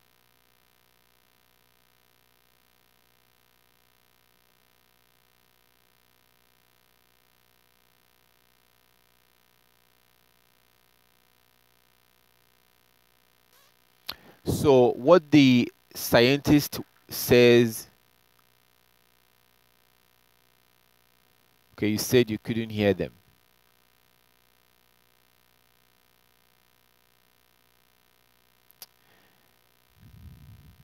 You said you couldn't. Okay. All right. I would make sure that you do hear them, so that you will not be hearing only me. So the sister was asking about the classification of chicken and turkey. The Bible has classified. The Bible classified these animals and these birds. Bible classified them. I have to point out an error that they have in King James. That error was that error was corrected in the New King James. So if you look at King James, Leviticus chapter 11. Leviticus chapter 11, verse 20. This is very important because people today, some people think that chicken is unclean. because of this error in the King James. It says in Leviticus chapter 11, verse 20, all fowls that creep, going on all four, shall be shall be an abomination unto you. Abomination is something that we shouldn't eat, something we shouldn't participate, eat or touch or do. So this is a very big problem in the King James Version. Every King James Bible, that was an error. If you look at Leviticus chapter 11, Leviticus 11, verse 20, it says that all fowls that creep, going on all four, shall be an abomination unto you. Well, chicken does not have 4 legs. Chicken does not have 4 legs.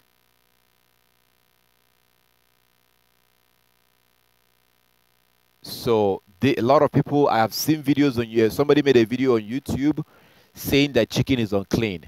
And they quoted Leviticus chapter 11, verse 20 in the King James. But if you look at that verse very carefully, you see that chicken does not go on all 4. Chicken goes on 2.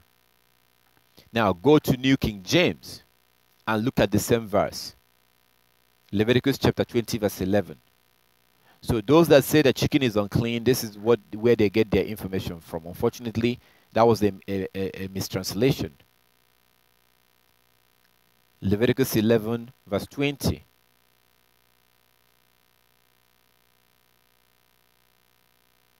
Now, read it in the New King James. New King James and King James is saying 2 different things. So if you look at New King James, it says in Leviticus chapter 11, in the New King James, all flying insects that creep on all fours shall be an abomination to you. Please, if you don't have these 2 Bibles, go online, go to Google and look it up. All flying insects. It says in the New King James. So the New King James, they corrected the error, the mistranslation, the poor translation that they had in the King James Version. They now corrected it in the New King James. This is the same problem we have in Deuteronomy chapter 24. In the King James Version, men were being told to divorce their wives. In the New King James, they corrected that mistake. So for those who are holding up the King James Bible and saying that the King James is the ultimate word of God, the people that translated King James will disagree with you on that, because they made mistakes in some of the translations.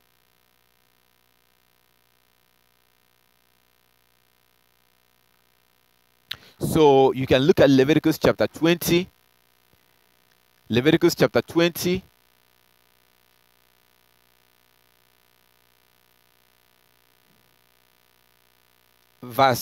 Chapter 11, Leviticus chapter 11, verse 20. Read that in the King James Version. It says all that creep, all the fowls. You know what a fowl means? Like a bird. All the bird that creep on all 4 shall be an abomination to you. So a lot of people read that and they simply they say that chicken is unclean. Like as I said, there's a video on YouTube that says that chicken is unclean, and it's based on the King James. It's based on the King James version of the Bible. But then you read that same verse in the New King James, it says something different. It actually says it the right way. So the New King James has the better translation. That poor translation, that mistake they made in the King James, they corrected in the New King James. Now we read all flying insects that creep on all 4 shall be an abomination to you, because insects have 4 legs. Some have 6. They creep on it. That's how they creep. Those things that fly around, they can fly and they can creep also, but they creep on all 4. Chicken cannot creep on all four. Chicken has no four legs. Chicken has two. So for anyone who has an interest on knowing whether the Bible condemns eating chicken or not, you need to understand this error in the Bible, because today a lot of people hold up the King James Bible as the ultimate word of God without error. But that's a childish way of looking at it, because there are some errors that they corrected in the New King James. That's why you needed a New King James. If the King James was perfect, there wouldn't be a need for the New King James Version. Many people today believe that the day begins from evening to evening. Many people believe that the day begins from evening to evening because of the error in King James. That was an error. I encourage you to read Genesis chapter 1. I encourage you to read Genesis chapter 1 in the New Living Translation. New Living Translation. It was way much better translated. So when people believe today that the day begins from evening to evening, it was because of the error in the King James. Other translations have tried to correct that error. So that's the first thing you need to know if you want to find out if chicken is clean or not. You cannot, if you read in the King James, it says in Leviticus 11:20 that all the fowl that creep on all four. Chicken has no four legs. Now let's get to the classification, which I may not be able to go too deep in right now because I would have loved to be showing you pictures. I would have loved to be showing you pictures right now, but I don't think I have it on my system here that I can show you right now. I didn't know that we're going to be going through that today. I was more prepared for having pictures about the Sabbath and when the day begins. So, but if you look in Leviticus chapter 11, you see that vulture and turkey, we were told not to eat vulture and after their kind. There are some things that was classified, and Yah says don't eat them and after their kind. Don't eat them and after their kind. So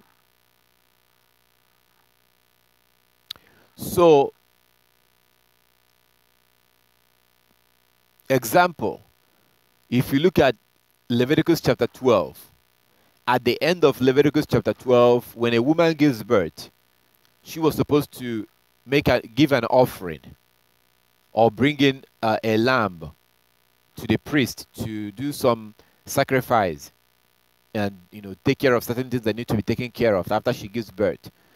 Our Heavenly Father said that if she cannot afford a lamb, she can bring in a pigeon or a dove. She can bring in a pigeon or a dove. Pigeon is not dove. Dove is not pigeon. But they look alike. They're almost the same thing. They are of the same family. So when Yah says that don't eat them or after their kind, that's what he was talking about. Sheep and goat are of the same kind. They both eat grass. And during the Passover, we were told to observe our Passover using a sheep. But Yah also says you can also use a goat. It must not be a sheep. He prefers a sheep. But if you're not able to have a sheep, then you can use a goat. So vulture and turkey is of the same family, of the same kind. This is not based on a scientific classification. This is based on classification that Yah gave us, and you can see with your eyes. Now, there was a study that we did in the Bible Law School, and we went through this and saw the picture of all the animals you saw in Leviticus chapter 11.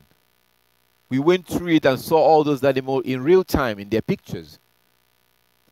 Unfortunately, I'm not going to be able to do that right now. When I do it, it will take us time and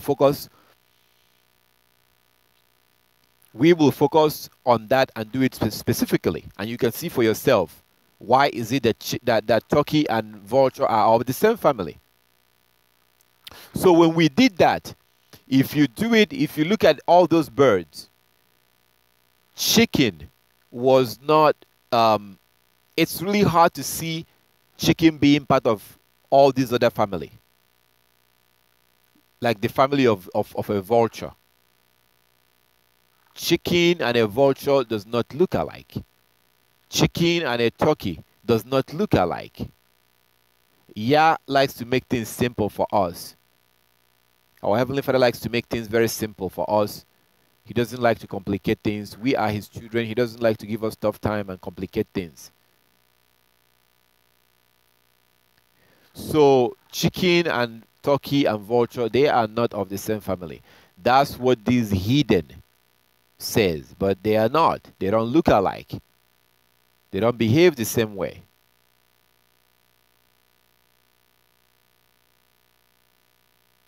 So another thing is that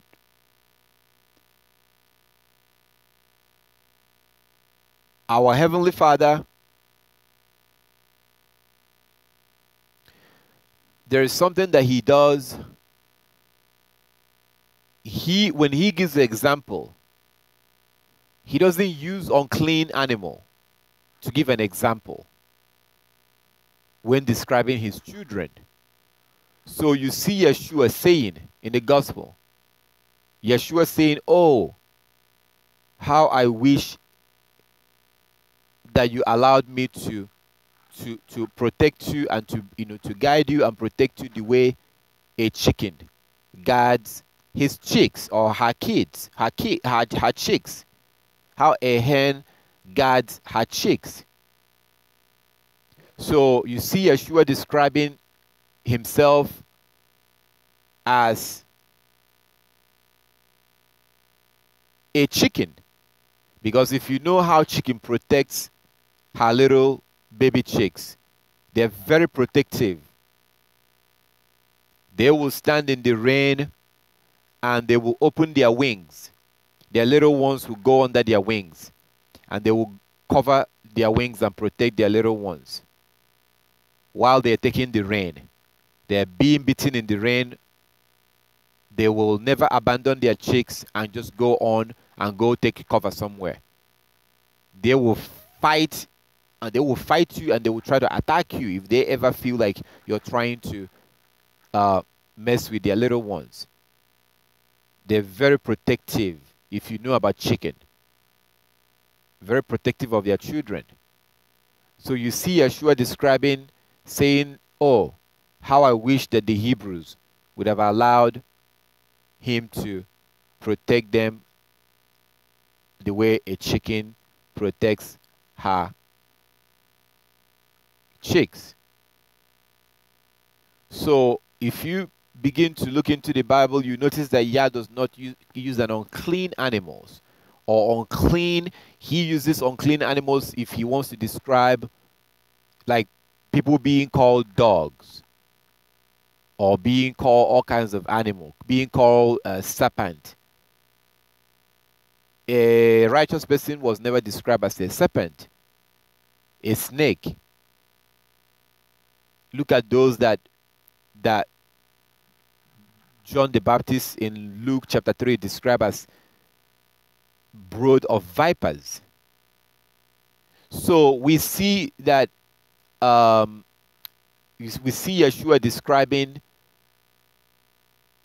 his people, the Hebrews, as, describing himself as a chicken if they will allow him to protect them the way that chicken, protects her little ones. So again, there was one time when I had food that I wanted to eat and it had chicken in it. And I was like, are we supposed to eat chicken? I began to think. I never wanted to, I wasn't interested in turkey. I never thought about turkey. I ate turkey. It never occurred to me. So when I began to look into this, I wasn't even looking for turkey. It was through studying and looking into it that I was like, wait a minute. And I saw that turkey was of the same family. I never thought about turkey, or it did not occur to me, and it was of the same family. It's very clear. You see it. Yah made it very simple. The way that he does everything makes it very simple for us to understand. So it was actually chicken that I was looking into. So chicken was not, and I was willing to give up chicken if I have to. I was willing to give it up, just like I gave up turkey. Like as I said earlier today, whatever everyone is doing, go and look into it. That thing is wrong. Whatever you see the public and the majority of people agreeing and doing, look at the way people dress today. Whatever everyone is doing, that's a red flag. Stay away from that thing. Before you even find out whether it's right or wrong, stay away. If everyone is doing it, it's wrong. Before you even find out, I'm telling you it's wrong.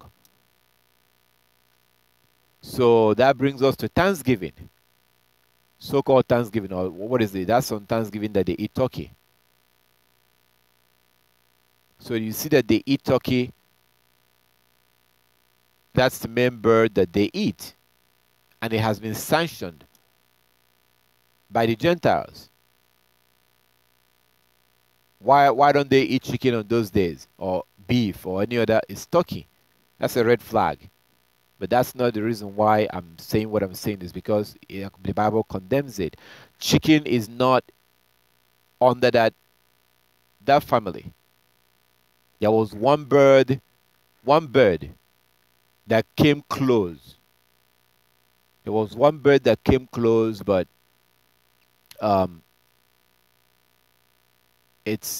chicken is it's not part of that family. Now people will point out and say that chicken, that they've seen videos of where chicken eats worm. They will point and say that they saw videos of chicken eating worm. Chicken feeds on the ground. If you live in a Western country today, if you live in a Western world, you may not be able to have an opportunity to see chicken feed. If you grew up in a small village, you may have seen a chicken, feeding. They feed around in the compound. They're going around in the compound and feeding. They are a domestic animal. They're just like dogs. They don't like to live in the bush. Chicken lives in the houses. Chicken lives with people. They love to, they are not wild. They are like dogs. They want to live with you in a house. They don't want to live in the bushes. They can't stay there. They don't want to stay there. They want to be in a house where people are, just like dogs. So, and they feed in the compound. They feed around. They eat from the ground. They eat exactly the same way that pigeon and dove, or pigeon, well, dove is in the bushes, but pigeon is in the house. Pigeon is the same thing. Pigeon and chicken wants to live with people, and dogs, they want to live in a house. They don't want to live in the bushes. So just the same way chicken feeds on the ground, that is the same way that a pigeon, when I was younger, I had pigeons as pets. So they feed on the ground and they just eat stuff on the ground. So people say that chicken is unclean because they eat worm. They saw a video or a picture or whatever, a video of where chicken is eating worm. That could be possibility. You could see them eating worm. Am I going to eat a chicken that I see eating worm? No. I'm not going to eat a chicken that I see that is eating worm. But generally, is that how they feed? No. Generally, that's not how they feed. Generally, they feed on the ground, just like a pigeon. They feed just like a pigeon. So um, they feed on the ground, and that's why they want to be in the houses. They want to be close to a home. So all the stuff falling out, little bits and pieces of stuff falling out from the kitchen, leftover food, stuff that are falling around, you know, in the compound, in the backyard, that's what they feed on. They eat stuff like that. Generally, that's what they eat. Could there not be could it be that you have chickens out there somewhere that eats worm? There's a possibility. So, but going back to your question, chicken is not of the same family with vulture and turkey. They are not. They don't behave the same. They don't look alike. They are not of the same family. They are not. That's what the scientists say, but they are not. Scientists will tell you that they're of the same family. I don't know where they get their classification from, but I certainly know that it's not from the Bible. So, and we see, yeah, we see Yeshua using chicken as an example. Like as I said, our Heavenly Father does not use an unclean animal, unclean bird to describe him and his people. Yah is holy. His people are supposed to be holy. He doesn't use unclean animal as an example. Yah will never use pig to describe himself and his people as little pigs. No. Like when he says, I will give you a lamb flowing with milk and honey. So honey is clean. We can eat honey. Yeshua ate honey after he rose back. He came back from back to life. So if I do see anything that shows that chicken is unclean, I would. If I see anything that very strong, that very we can clearly see that it's unclean, that we shouldn't eat it, I will let it go. Right now, I eat mostly goat meat. The goat is clean. Yah says you use a lamb for the Passover. If you don't have a lamb, you use a goat. Goat is fine. Cow is fine. They're all fine. I mean, the cow you eat in America is not because of the way they raise it. So I am not, if I have to give up chicken, I will. But to say that chicken and turkey and vultures are of the same family, no, they are not. That's what the scientists say, but they are not. You can look at those three birds and you can see that they are not of the same family. So, again,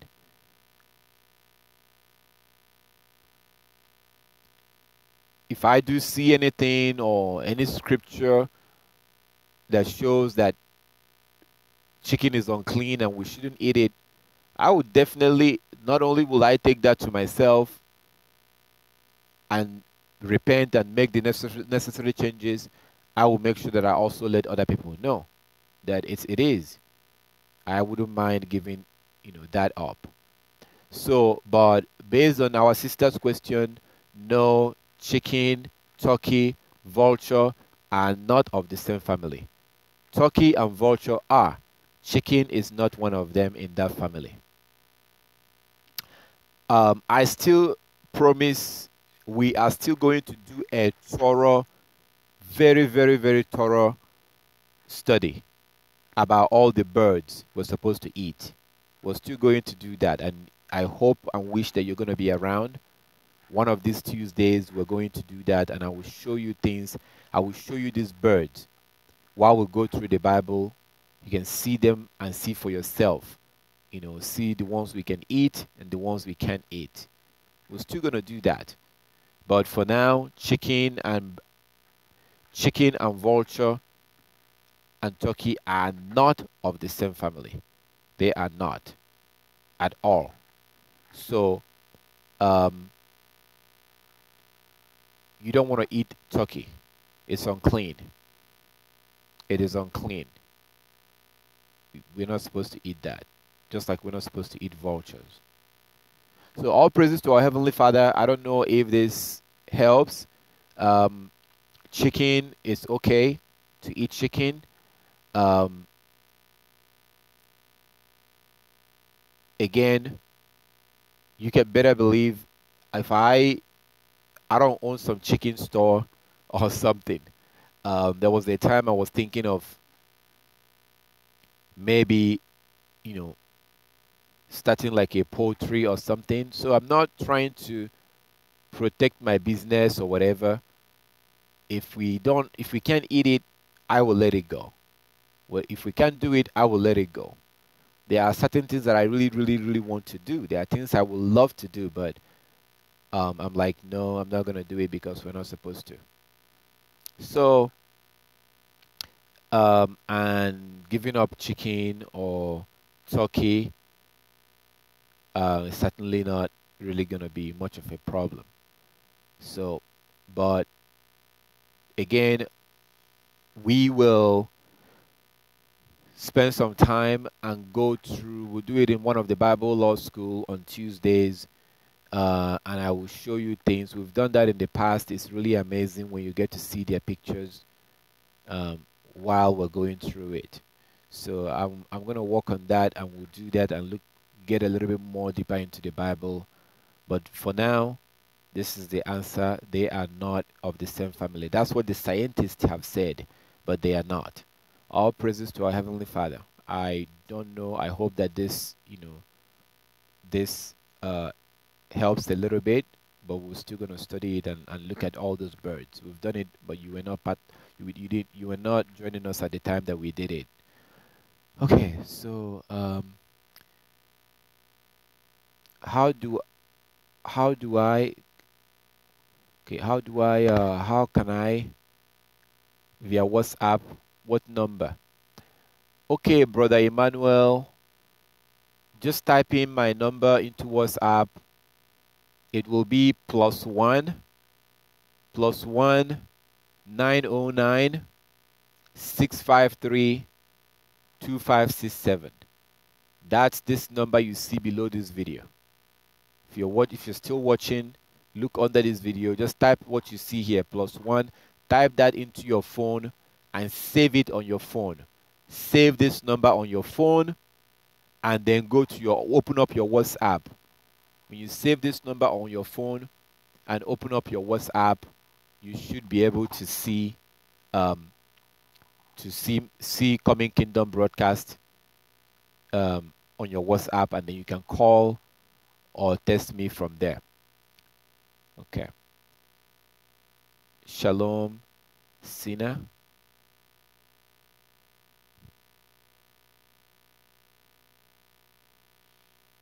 Brother Emmanuel says, can you please explain the last Sabbath and the new moon day? Is it almost like having two Sabbaths? No, i.e., no work. Any tips on preparing for those 2 days? Okay. Can you explain the last Sabbath and the new moon day? Is it almost like having two Sabbaths? No, they're not the same. Example. Yesterday was the last Sabbath of the month. So on the Sabbath, according to Exodus chapter 35, we don't cook on the Sabbath. No lighting of fires on the Sabbath. But today you can cook. Today you can cook.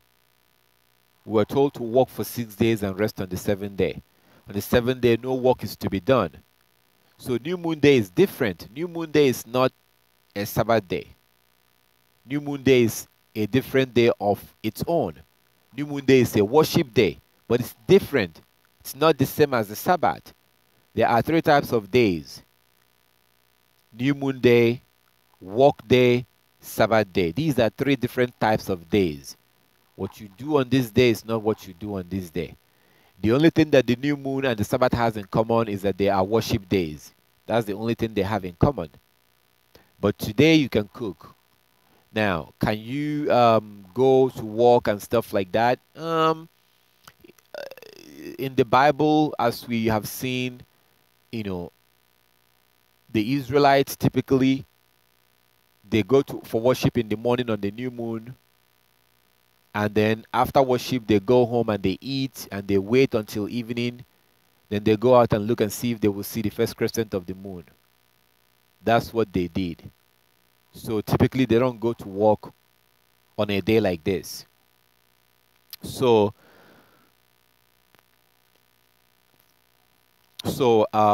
they are not the same day. They are not like having two Sabbaths. On the Sabbath you cannot cook. On a new moon day you can cook. On a Sabbath day, I like to turn off my phone. On a new moon day, I turn on my phone. I can receive call from people, listen to my voicemail and receive call, and I do that on the new moon because there's less. New moon has less restriction than on the Sabbath. New moon is different. New moon it's a worship day, but it's still different from um, it's still different from the Sabbath. So Sabbath has a lot more restriction. There's a lot more restriction on the things we can do on the Sabbath. New Moon Day is not like that. New Moon Day is different. New Moon Day is it's the worship day, but still, even though it's a worship day, it's still not the same. So if you look at Nehemiah chapter 10, Nehemiah chapter 10 said something. Nehemiah chapter 10, it says, Nehemiah chapter 10 verse 30. Nehemiah chapter 10 verse 30. We will not give our daughters as wives to the peoples of the land, nor take their daughters for our sons. Because as Hebrews, we don't do that. We cannot let people of other nations marry our children. The Hebrews cannot give their daughters or their sons to the people of other nations. They cannot marry Hebrews. And you can read Jubilees chapter 30 to see more information on that. Jubilees chapter 30. Jubilees chapter 30. Yah condemns it. If you allow your daughter or your son to marry the Gentiles, there's no forgiveness for that sin. The Hebrews are not allowed to marry people of other nations. So that's why it says in verse 30 of Nehemiah chapter 10, we will not give our daughters or as wives to the people of the land, nor take their daughters for our sons. Verse 31, Nehemiah chapter 10 verse 31. If the people of the land brought waves or any grain to sell on the Sabbath day, we will not buy it. We will not buy it from them on the Sabbath or on any holy day, and we would forego the 7th year produce and the exacting of every debt. So they are saying here that if the people of the land bring something to sell, like they do the heathens that surround them, if those heathens bring anything to sell on the Sabbath,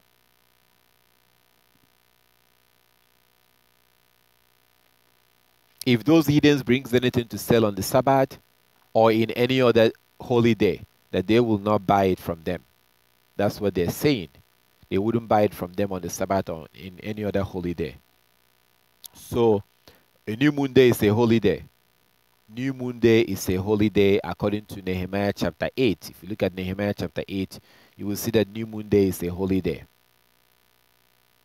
So you can cook on a new moon day. It's a laid back day. It's a day of, it's not the same as the Sabbath, but it's not the same because on the Sabbath you cannot cook. You prepare your things before the Sabbath, and then you eat them on the Sabbath. New moon day is different. It's still a holy day, but it's not like the Sabbath day. So you say, i.e., walk. Any tips on preparing for those 2 days? Well, make sure that before the Sabbath, make sure you get everything you need before the Sabbath. I make sure I get my waters and get the things I need, get the food, especially if you have children. Get enough things that you need on the Sabbath. Prepare your food before the Sabbath so that you don't have to worry about cooking.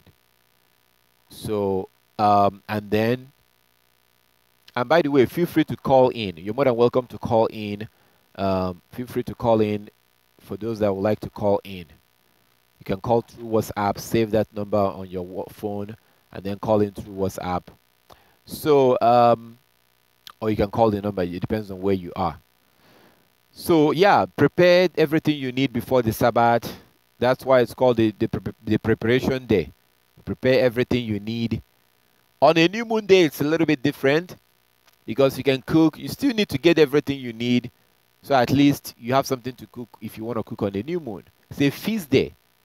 Day that we sit down around the table and just eat and enjoy and thank Yah, drink. But also remember those who are hungry, as it says in Nehemiah chapter 8. That's what you do on a new moon day. No walking on a new moon day. It's a holy day. All right, let's see. Let's go to the next one.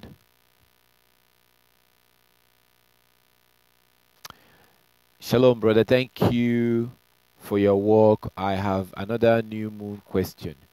Is it the new moon?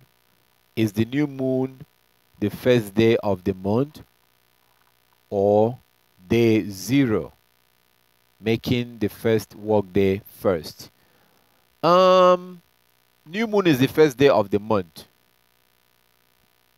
but it's not the first work day of the week.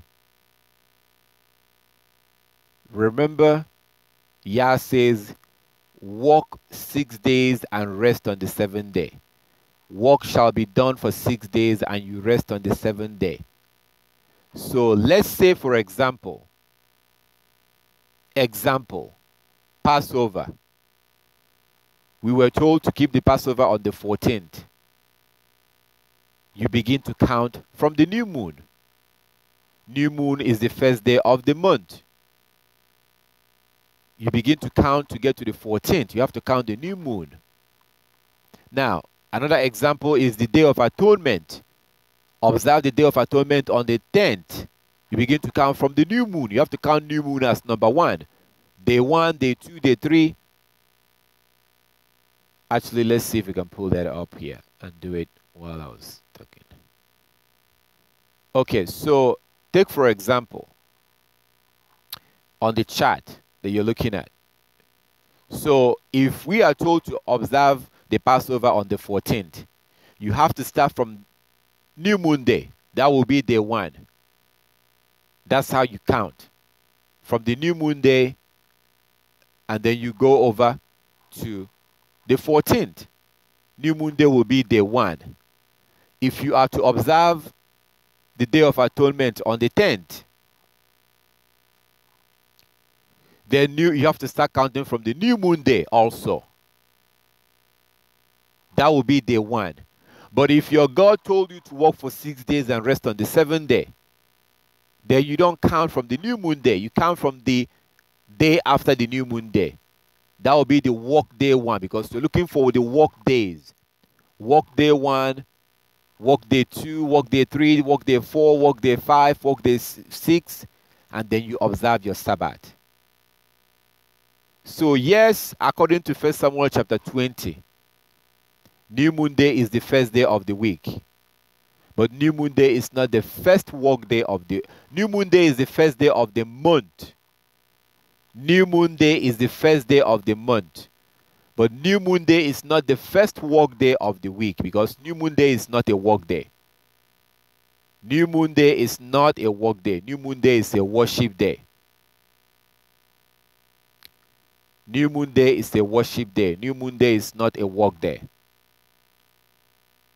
So when you're told to, new moon day, and you can clearly see this in 1 Samuel chapter 20. According to 1 Samuel chapter 20, you will see that new moon day is 1 Samuel chapter 20 shows that new moon day is the first day of the month. That was when they sat down to eat. 1 Samuel chapter 20, Saul, David, Jonathan was supposed to be there. That was on the first day of the month. Saul did not say anything. He kept quiet. On the second new moon day, the second day of the month, that was when he said something by asking about David. And then there was a little problem between him and his son, Jonathan. And Jonathan got up and left. The third day, when Jonathan went to the field, that was the first work day of the week. Okay, I hope that, I don't know if that helps. I hope it does. I prefer you call on the phone if you have any question. So in that way, and I promise next person that calls, I will make sure that everybody hears what they're saying. I'm really disappointed. I was supposed to unplug something to allow you to let them hear. I was supposed to unplug the microphone to allow you to let them hear what they were saying. There were people that called in that made some important comments and questions. But anyways, so you said, thank you. I have another new moon question. Is the new moon the first day of the month? Yes. New moon is the first day of the month, but the new moon is not the first work day of the week. These are two different things. You have the month, you have the week. The weeks are inside the month. The month. 4 weeks is inside the month. So new moon day is the first day of the month. Today, right now, is the first day of the second month. But today is not the first day of the week. Tomorrow will be the first day of the week, because we have to acknowledge this day, like we're doing now. Before I came on here, we had a new moon day worship. We acknowledged it. Once I leave here, I'm going to go do the new moon report. So we have to acknowledge the new moon and worship on the new moon. So new moon is not a Sabbath day. New moon is not a work day. Tomorrow will be the first work day of the week. Today is the first day of the month. These are separate days, like as I explained the other day, 2 days ago. The Sabbath has nothing to do with the Passover. The Passover has nothing to do with the Day of Atonement. All of these days, the new moon day, the Passover, the first day of unleavened bread, their Day of Atonement, the weekly Sabbath, they have one thing in common. They are all described in Leviticus 23 as feast days. They are all feast days. The Passover, the Day of Atonement, all of them, they are all called feast days. But they are different days. They are all different days. They are not connected. They are all different days, separate individual days with different meanings. So, let's go to the next one. I believe his name is Yahoshua. Since Hebrew names have meaning, I look up what Shua means versus Shah. I found a really good video on this yesterday, but YouTube won't let me post link. All right. If you'd like to view the video, search why Yeshua was not Yahusha. Okay. No, we couldn't hear you. At least I couldn't.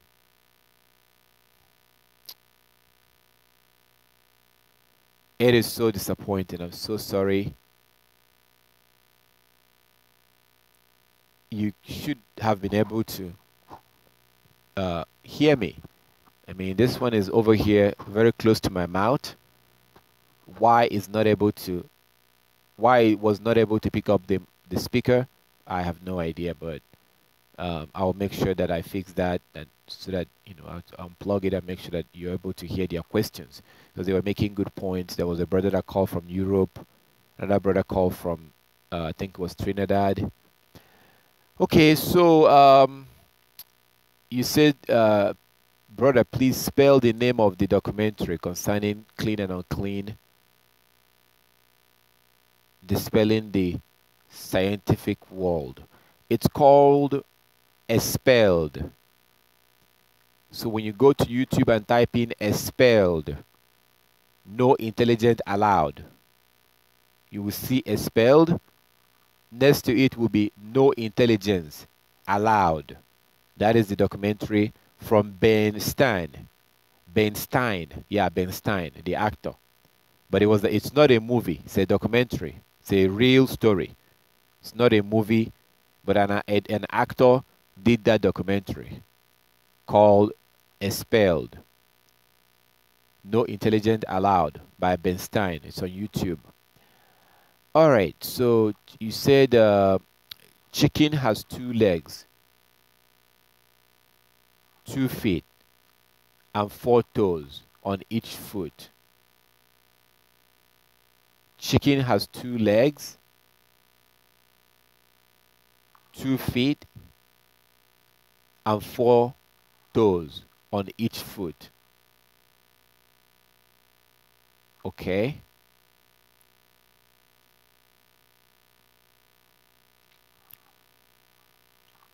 Sounds like you're trying to say that chicken creeps on all four, which means that King James was right. But if that's the case, why do they correct the mistake in the New King James? In the King James, they call what they were describing as a fall. They describe what they're saying as a bird. In the New King James, they describe it as insects. Chicken is not insect. Insect is different from a bird. Bird is not insects. But it was a mistake. It was a mistranslation. Brother Daniel says, could the KJV be referring to something extinct, like dinosaur? No. You can go ahead and read the rest of the verses. They were talking about insects. If you continue to read from verse 20, they were describing insects, not something that went extinct. No. Chicken, bird, fowl do not creep on all four. No, they don't. They don't. Okay, I'm glad you got it. Happy New Moon. Is dairy okay? Is dairy okay? Well, it depends on where it comes from. It depends on where it comes from. I don't think you would like to drink pig's milk.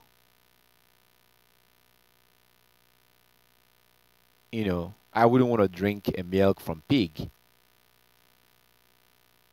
If we can't eat the meat, we can't drink their milk.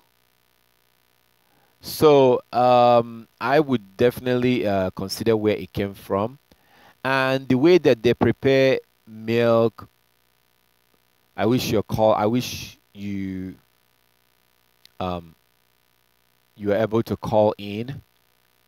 So the way they prepare these things today, oftentimes they call it a name, but the name they call it is actually not. It's not what you find in the bottle. So example is orange juice. You will buy an orange juice and you're drinking it, but if you look on the labels, in the label it will say something like 2% orange. 2% orange. Why would you want to drink something that has 2% orange? But it's advertised as orange juice, but it has only 2%. So what makes up 98%? So if you're going to do it in a natural way. If you're going to eat something that is natural and not just something that, just because that's what they label it to be. Make sure that what you're eating is natural if you are going to eat them. And it has to be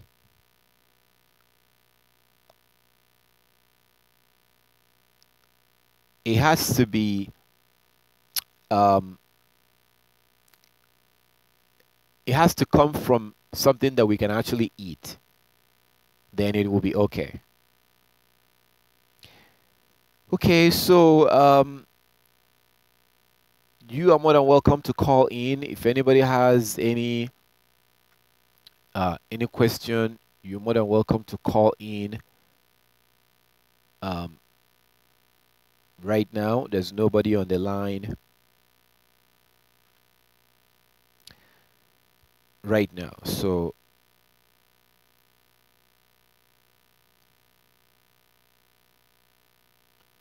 you can save the number and call in through WhatsApp, or just simply call the number that you see.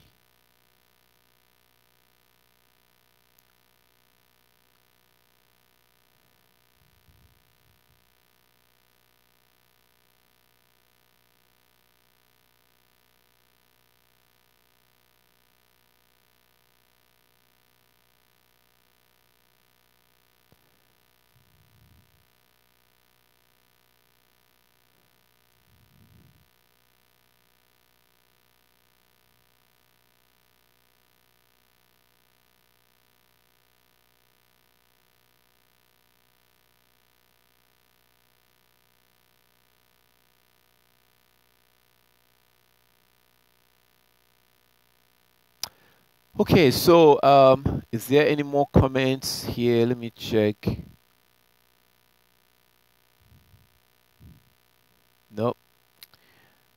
All right. So again, for those that would like to know how to observe the Sabbath and things like that, I think this is an opportunity to call in. If you have any question about how to observe the Sabbath and things like that, you're more than welcome to do that. I do get people that call during the week. Sometimes I'll be driving. Sometimes I may be doing, it depends. So that's one of the reasons why I really like doing this at this time. So in that way, I have an uninterrupted time, and you can call in if you have any question. You're more than welcome to call in right now. But I noticed that that don't usually happen. People usually call in during the week, so this is the opportunity to call in right now, like the brother that was asking about when Christ or Yeshua was crucified. And so these are things that we can go through right now if you have any question. But if not, then that's fine. Um, so about chicken, I hope that sister that asked about chicken, I hope that we're kind of clear on that you understand that um, it's not of the same family. I think you became concerned when you saw what the so-called scientists wrote about chicken being of the same family as vulture. No, they are not. They are not. So, with all praises to our Heavenly Father, I thank Yah for everything. Um, so, if we've been on for a while now, I'm gonna uh, let's see.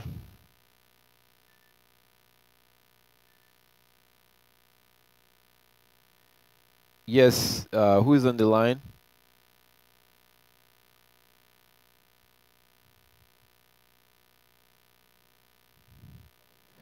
Sorry,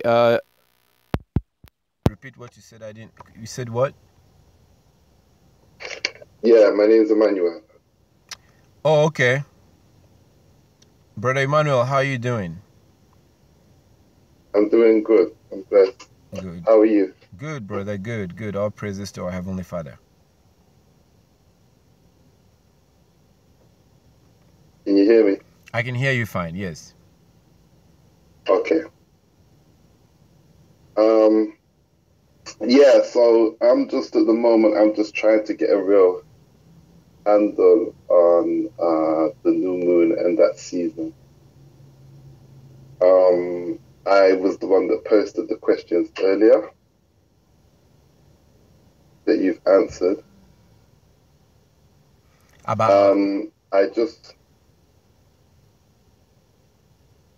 not sure if you can hear me, but I can hear you fine. Okay. I continue. It's clear, it's very clear. So really, what it is, I give thanks for you've answered, and it's been very helpful. I just wanted to be sure because the Passover this year, I didn't fully observe it. So I'm doing it again this month. You know, you can do it the month after. Mm-hmm. And I just wanted to be clear that I get the right date. So I understand that today is the new moon. And so we start from today. So according to me counting from today, in 14 days, that will be the 29th. Am I correct? Or is it the 30th? So that will be 1, 2, 3, 4, 5, 6, 7, 8, 9, 10, 11, 12, 13, 14. That will be the 29th of April. The 29th of April. Okay. So what you're doing, you're counting it right. So you have to start from the new moon. That's the first day of the month. You count 14 days. That will put you on 29th of April. Okay. Because I have a good friend that observes that it's usually he's very fixed on the idea that Passover is always on a full moon. But the full moon would be the 30th. So that's confused me a little. I don't know. I know I shouldn't follow what he says, but he seems to be very clear on this. And there is a school of thought. There's a few people that think that the Passover is always on the full moon, but this would be the day before the full moon.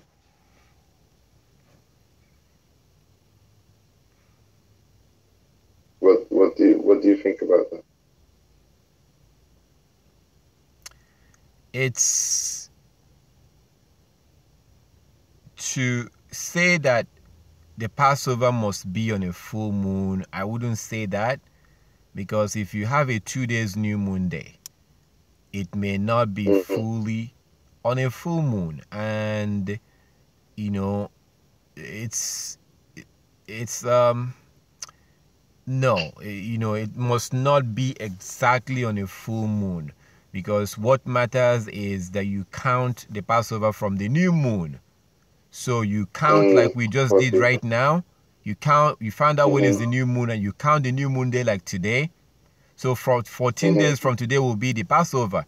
So what if you count and then you go off the computer and look at the app and it says that 29th is not a full moon? What would you do? You say, no, it's not, what would you do? So that's not a natural way of doing it. I would simply just count, okay, today is a new moon day. Okay, 14 days from today, I will keep the Passover, whatever. I will do it that way. If you see a full moon that night, fine. If not, fine. But to insist that the Passover must be on a full moon, what if you have a 2 days new moon day? That may not be so. I just, to insist that it must be on a full moon is because the full moon, the day before the full moon and the day after the full moon, like in this case right now, the full moon will be on the 29th. Just like your friend says. The full moon will be on the 29th. If you see right here, the full moon is on that Sunday, April 29. The moon will be full. It will be a full moon. But the thing is, what if it is not? What do you do? Because the day after that, the moon will still look full. This is the day after that. Monday, the moon is 98% full. The moon will be 98% full. It still looks full. The day before that, on a Saturday, the moon is 99% full. It still looks full. It's 99% full. So the day before the new moon, full moon, the day before the full moon, on the actual full moon itself, and after the full moon, the moon looks almost the same thing. So those that are saying that it must be, they mean that it must be like in a computer. Like what I showed you on the 29th, the moon will be 100% full.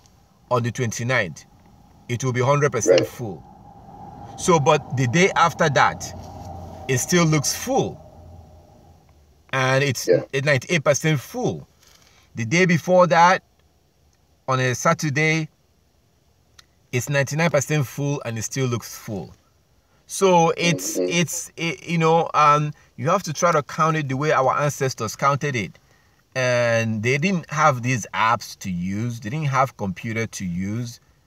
So the day, if you observe the Passover, when you are going to do it right now, because you were not able to do it last month, when you're about to do it on that 29, that's the right day. But the point is that it's not a must that it must be a full moon, because the day before the full moon and after the full moon, the moon usually looks full anyways. So we have to be careful. What matters is when you started your count. So if starting your count today, puts that day on the 29th of April, then that's when it is. And if you come to that day, if you arrive to that day and you see a full moon, fine. If you don't see a full moon, you understand what I mean? What matters is when you started your count. I understand. I got a quick question as well. Yes. About the 2 new moon days, because that confuses me as well. How do you know? I mean, do you not know until you're actually on the second new moon day and you don't see the crescent? How do you know when it's going to be a 2 new moon day? And why would you have a 2 new moon day? And also, what do you do if you're a person you don't have, you don't see the moon from where you live, or you have clouds? How do you then, know that it's a new moon, the second new moon day? Okay, so the first one is, can you know that there will be a full moon, 2 moon days before we get to the 2 new moon days? Can you know? Yes, you can know. We can look at 1 Samuel chapter 20 and see that David knew. David and Jonathan knew. So when they made an appointment, when they agreed with in 1 Samuel chapter 20, the whole chapter, when they agreed to meet on the 3rd day, they already knew that they will have a 2 days new moon day. You can tell by what you see when you start getting close to the end of the month. If you're getting close to the end of the month, and every morning when you look at the moon in the morning, when you see that moon is coming up and it's very tiny, very, very tiny, and a day before the last Sabbath of the month you cannot see the moon, then you know that you're going to have a 1 day. But if you're getting towards the last Sabbath of the month, and the moon is still big, here you are on a Sabbath day, you can still see the moon. That tells you that you most likely have a 2 days new moon day. So you can definitely tell by just looking at the moon. If you know how to count it and you know how to observe it, you can tell by what happens as you're getting close to the last Sabbath of the month. You can tell whether you're going to have a 2 days or 1 day. Now, for those of us that live right now in this world with technologies that we have, if you look at, this is what the moon looks like right now. I'm unable to. I'm calling from a phone. I'm unable to see the WhatsApp at the same time as make this call. So I can hear you. Okay. I can't see what you're showing me. Oh, okay, I understand. So basically, if you look at Lunar apps, there's one Lunar app that I do recommend, and that app, you can see it under the new moon report video that I upload. You can see a link. So if you look from your phone, if you check the YouTube, my YouTube from your phone, and look at the last new moon report, the one that says Sabbath days for April, look under that video and you will see a link that takes you to a Lunar app. You can download that app. When you download it, it's going to be the same app that I have, and so that app will show you what the moon is doing at a real time. You can see what the moon is doing.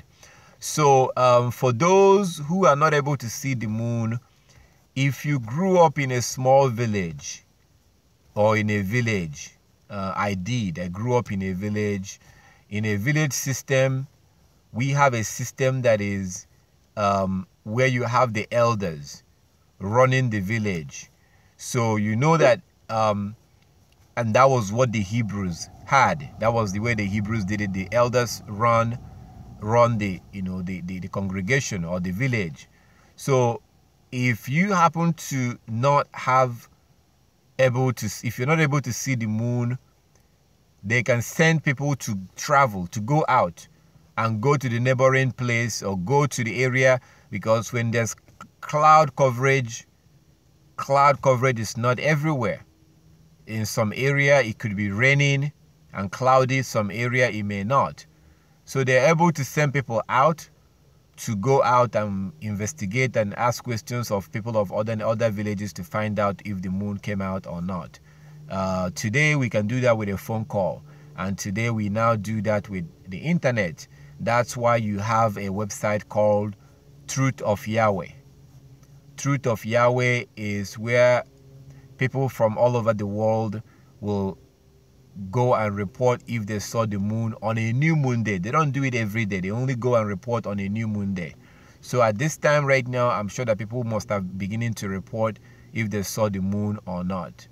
So that's what you do, and that's how you know if the moon came out or not. So that's how you know. Another question you asked is, why 2 days new moon day? Why 2 days new moon day? Well, our Heavenly Father says in Ezekiel chapter 46, verse 1 to 3, that new moon day is a worship day. We were to worship on the Sabbath day and on the new moon. That's what he said. So that day is a worship day. So I don't know if I will ask why, because it's a worship day. So our Heavenly Father wants us to worship him on that day. So he decided that it should be a 2 days new moon day. Sometimes, like last month, we have a 2 days. This month, we will most likely have a 1 day. So that is his wish. That is his will. I can't really question him on that. It's a new moon. It's a worship day. So what I do is that when it's a 2 days new moon day, we worship for 2 days. That is his will. So we have two different confirmations. That one will be Enoch chapter 77. Enoch chapter 77 shows that we are to that there's a possibility of 2 days new moon day, according to the book of Enoch, chapter 77. So we also see in 1 Samuel chapter 20 that they had a 2 days new moon day.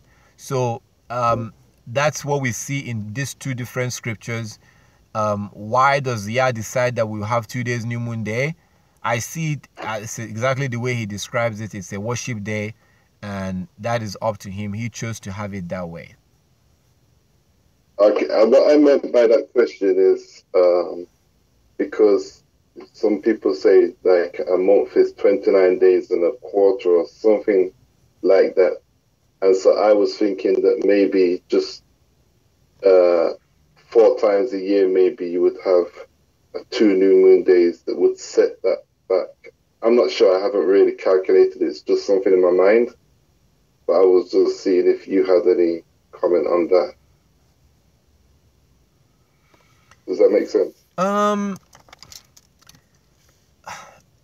There's a lot of people that say things about the Sabbath and new moon, actually right now there's a lot more people that say something about this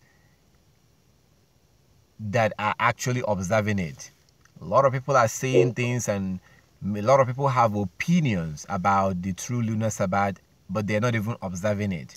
So, and I always tell people, like as I told the brother that called earlier today, if you really want to learn this and learn it fast, begin to observe it. As soon as you begin to observe it, everything will begin to make sense. But if you want to study it out and master it before you begin to observe it, it's not going to happen. So that's, people say all kinds of things about this, but I don't really, people say a lot of things, and I can't respond to what everybody says about it. All I can advise you is to begin to observe it. This is very simple. This is very, very simple. Yeah, It's not no, difficult. I'm, over only the past couple months, so I'm very new. But I am observing it. I just find it, obviously I'm very new to it, so in time, I will understand it, but just as it is now, I found like one or two things confusing. Like you said, last month was to New Moon Day, and it threw me a little. I didn't understand what was happening. But I know that these things take time, and so I was just asking these questions just to accelerate my learning, I guess. Okay. Yeah, it's once you, now that you've started, you will see how easy and how simple it is. There's no extra day left over. No, we have a 1 day new moon day today. Next month you will most likely have a 2 days new moon day. That's the way it works. There's no extra day. It's very simple, very easy to understand. I've been doing it for years now, and it's it's very, very simple. So there's no glitches or problems on this. Absolutely not. Absolutely not. So yeah. Okay, well, thank you. Well, all praises to our Heavenly Father. For those who are still thinking about it and thinking about observing it,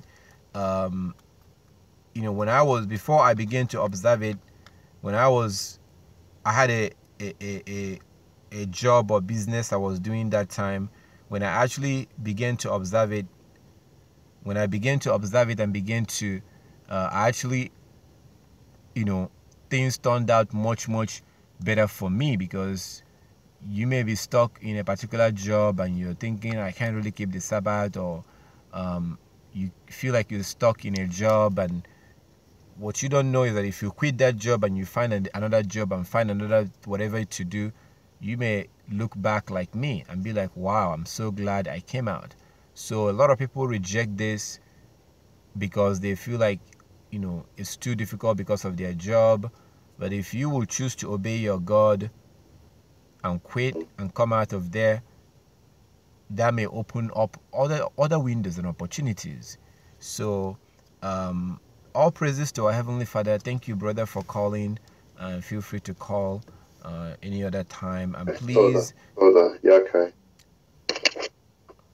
You have a blessed week. Yes, And to you, brother. I don't want you to feel like you're alone. Feel free to call anytime. If you have any question about this, you are not alone. Feel free to call anytime as you're learning this. You're more than welcome to call at any time. All praises to our Heavenly Father. May Yah be with you and bless you as you, obey His word. Okay. All right, brother. Bye-bye. Okay, all praises to our Heavenly Father. Brothers and sisters, you are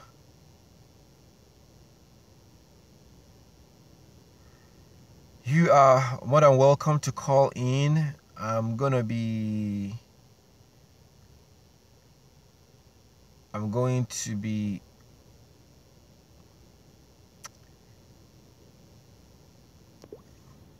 signing off any moment from now, because it won't be long until I have to go do the new moon report.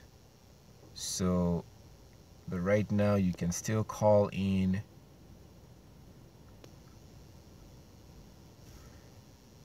You can still call in either from Skype or from the number that you see. Let's look at the comment.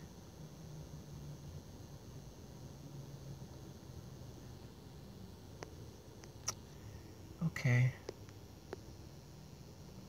So all glory to our Heavenly Father. I hope that this has been, even if you were not able to call in, I hope that this has been, helpful.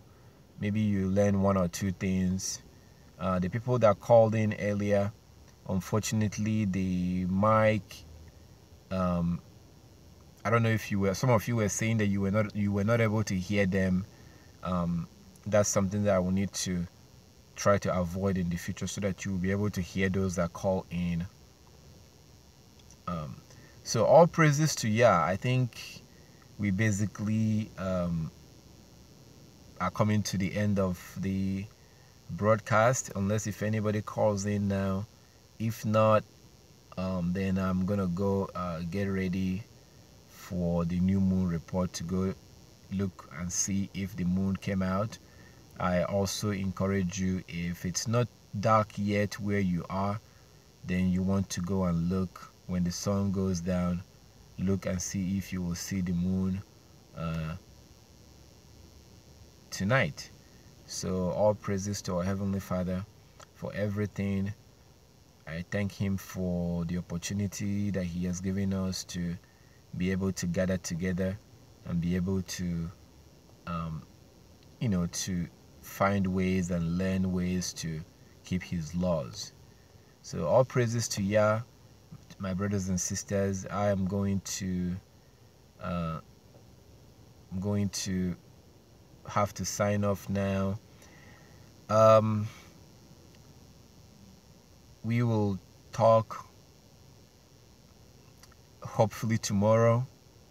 I may be available tomorrow. Just make sure that if you're subscribed on YouTube, make sure to click on that button, the bell next to the subscribe button. Click on that bell so that whenever I'm online, YouTube will notify you. So I may be here again tomorrow for another broadcast, which will be on general issue. Today we try to focus on the Sabbath and the new moon, but you notice that people were also asking about marriage, biblical marriage. There were two different calls, one from Europe about biblical marriage.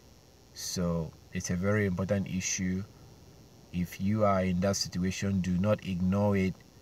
You need to get out, because you're living in sin. You have to get out. If you're living with someone, a man, you already know the deal. Or if you're living with a woman, and you have to get out, you have to repent of that sin. I tell you, you can keep the Sabbath all you want, you can keep all the laws all you want, but if you're going to bed and laying down and having sex with a man who is not biblically your husband, you're wasting your time. Because you're actively committing sin each time you have sex with them. So that's a sin that you have to repent from, and you see people calling about that today. So you need to work on that as soon as possible to get out of that mess. We cannot continue in sin that grace may abound. So if it was a one-time event that you stopped doing and you started asking for forgiveness, that's a whole different thing. But to be living in a situation like that and actively having sex with that person and then thinking that God will forgive you, no, that's not, that's self-deception. So all praises to our Heavenly Father. I thank you for everything. Hopefully, Yah's willing, I will be available usually here on Tuesdays. On Tuesdays, I'm live online on YouTube here. Because yesterday was the Sabbath, and because yesterday was the Sabbath, see how that goes. I may be here tomorrow. Most likely I will be on YouTube live, most likely, because that's my regular time to be on here. So most likely I would, but so you, at that point you can call in if you want to. So all praises to Yah. I hope that all the people that called in, that they were satisfied in terms of the answer and the scriptures. I give Yah all the glory. Yah's willing, I will see you tomorrow, or when you call. You can still call me even when I'm not online. You can still call in. So, but all praises to Yah. I thank Yah for everything, and those who are still watching, I thank Yah for you. May the Most High bless you.